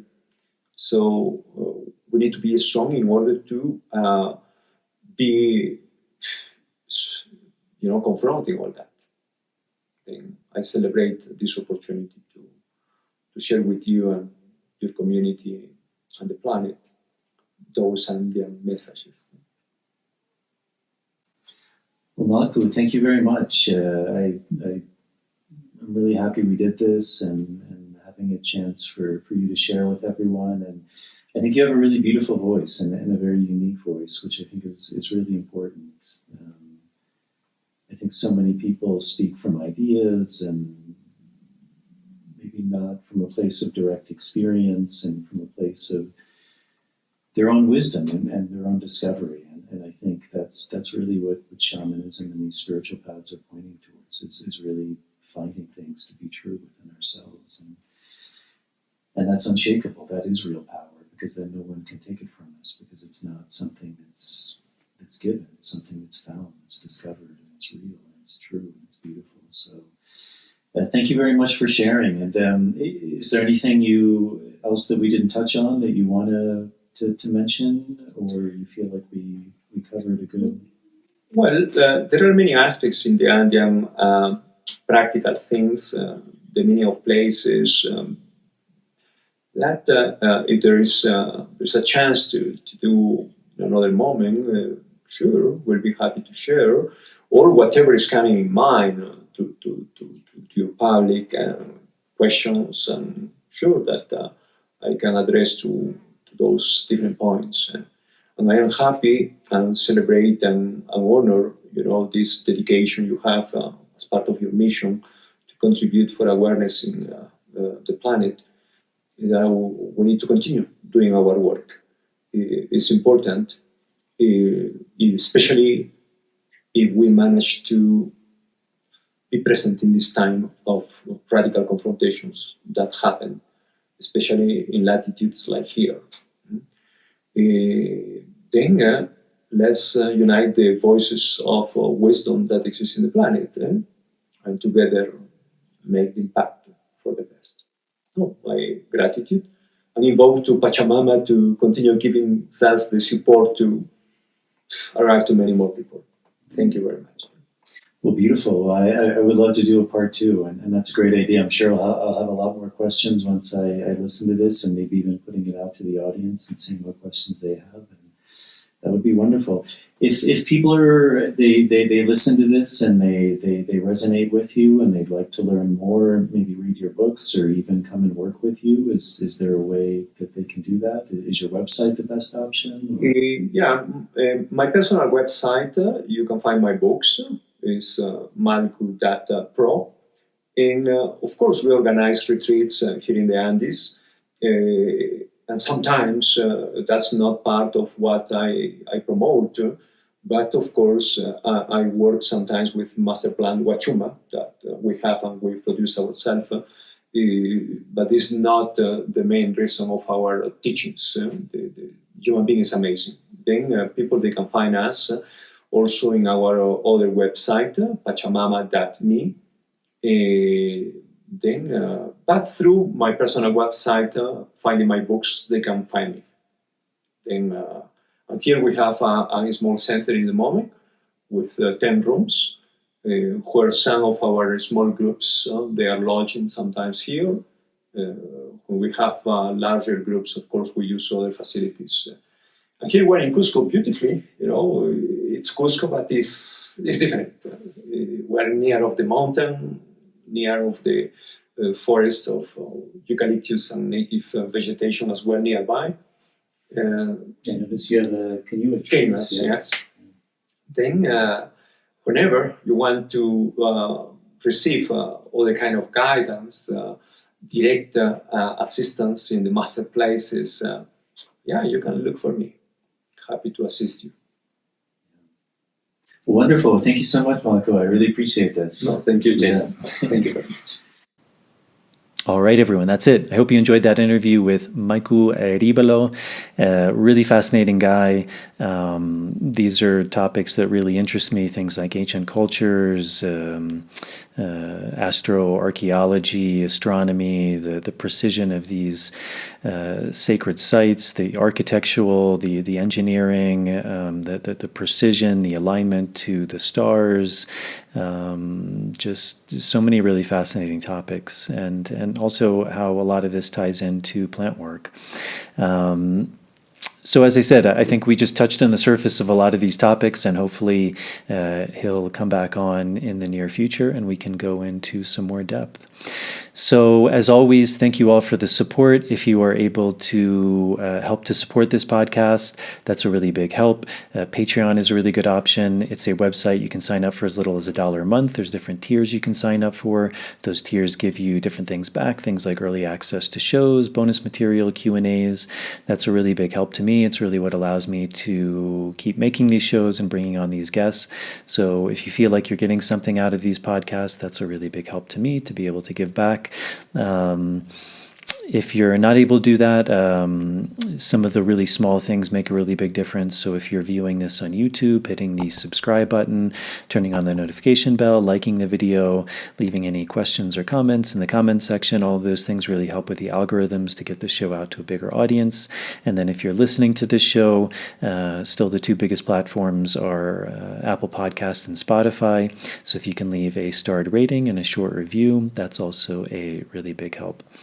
So I think that's it. As I mentioned in the intro, the next episode is going to be an interview where my friend and colleague Marav Artsy and I were interviewed by our mutual friend Angel Deer.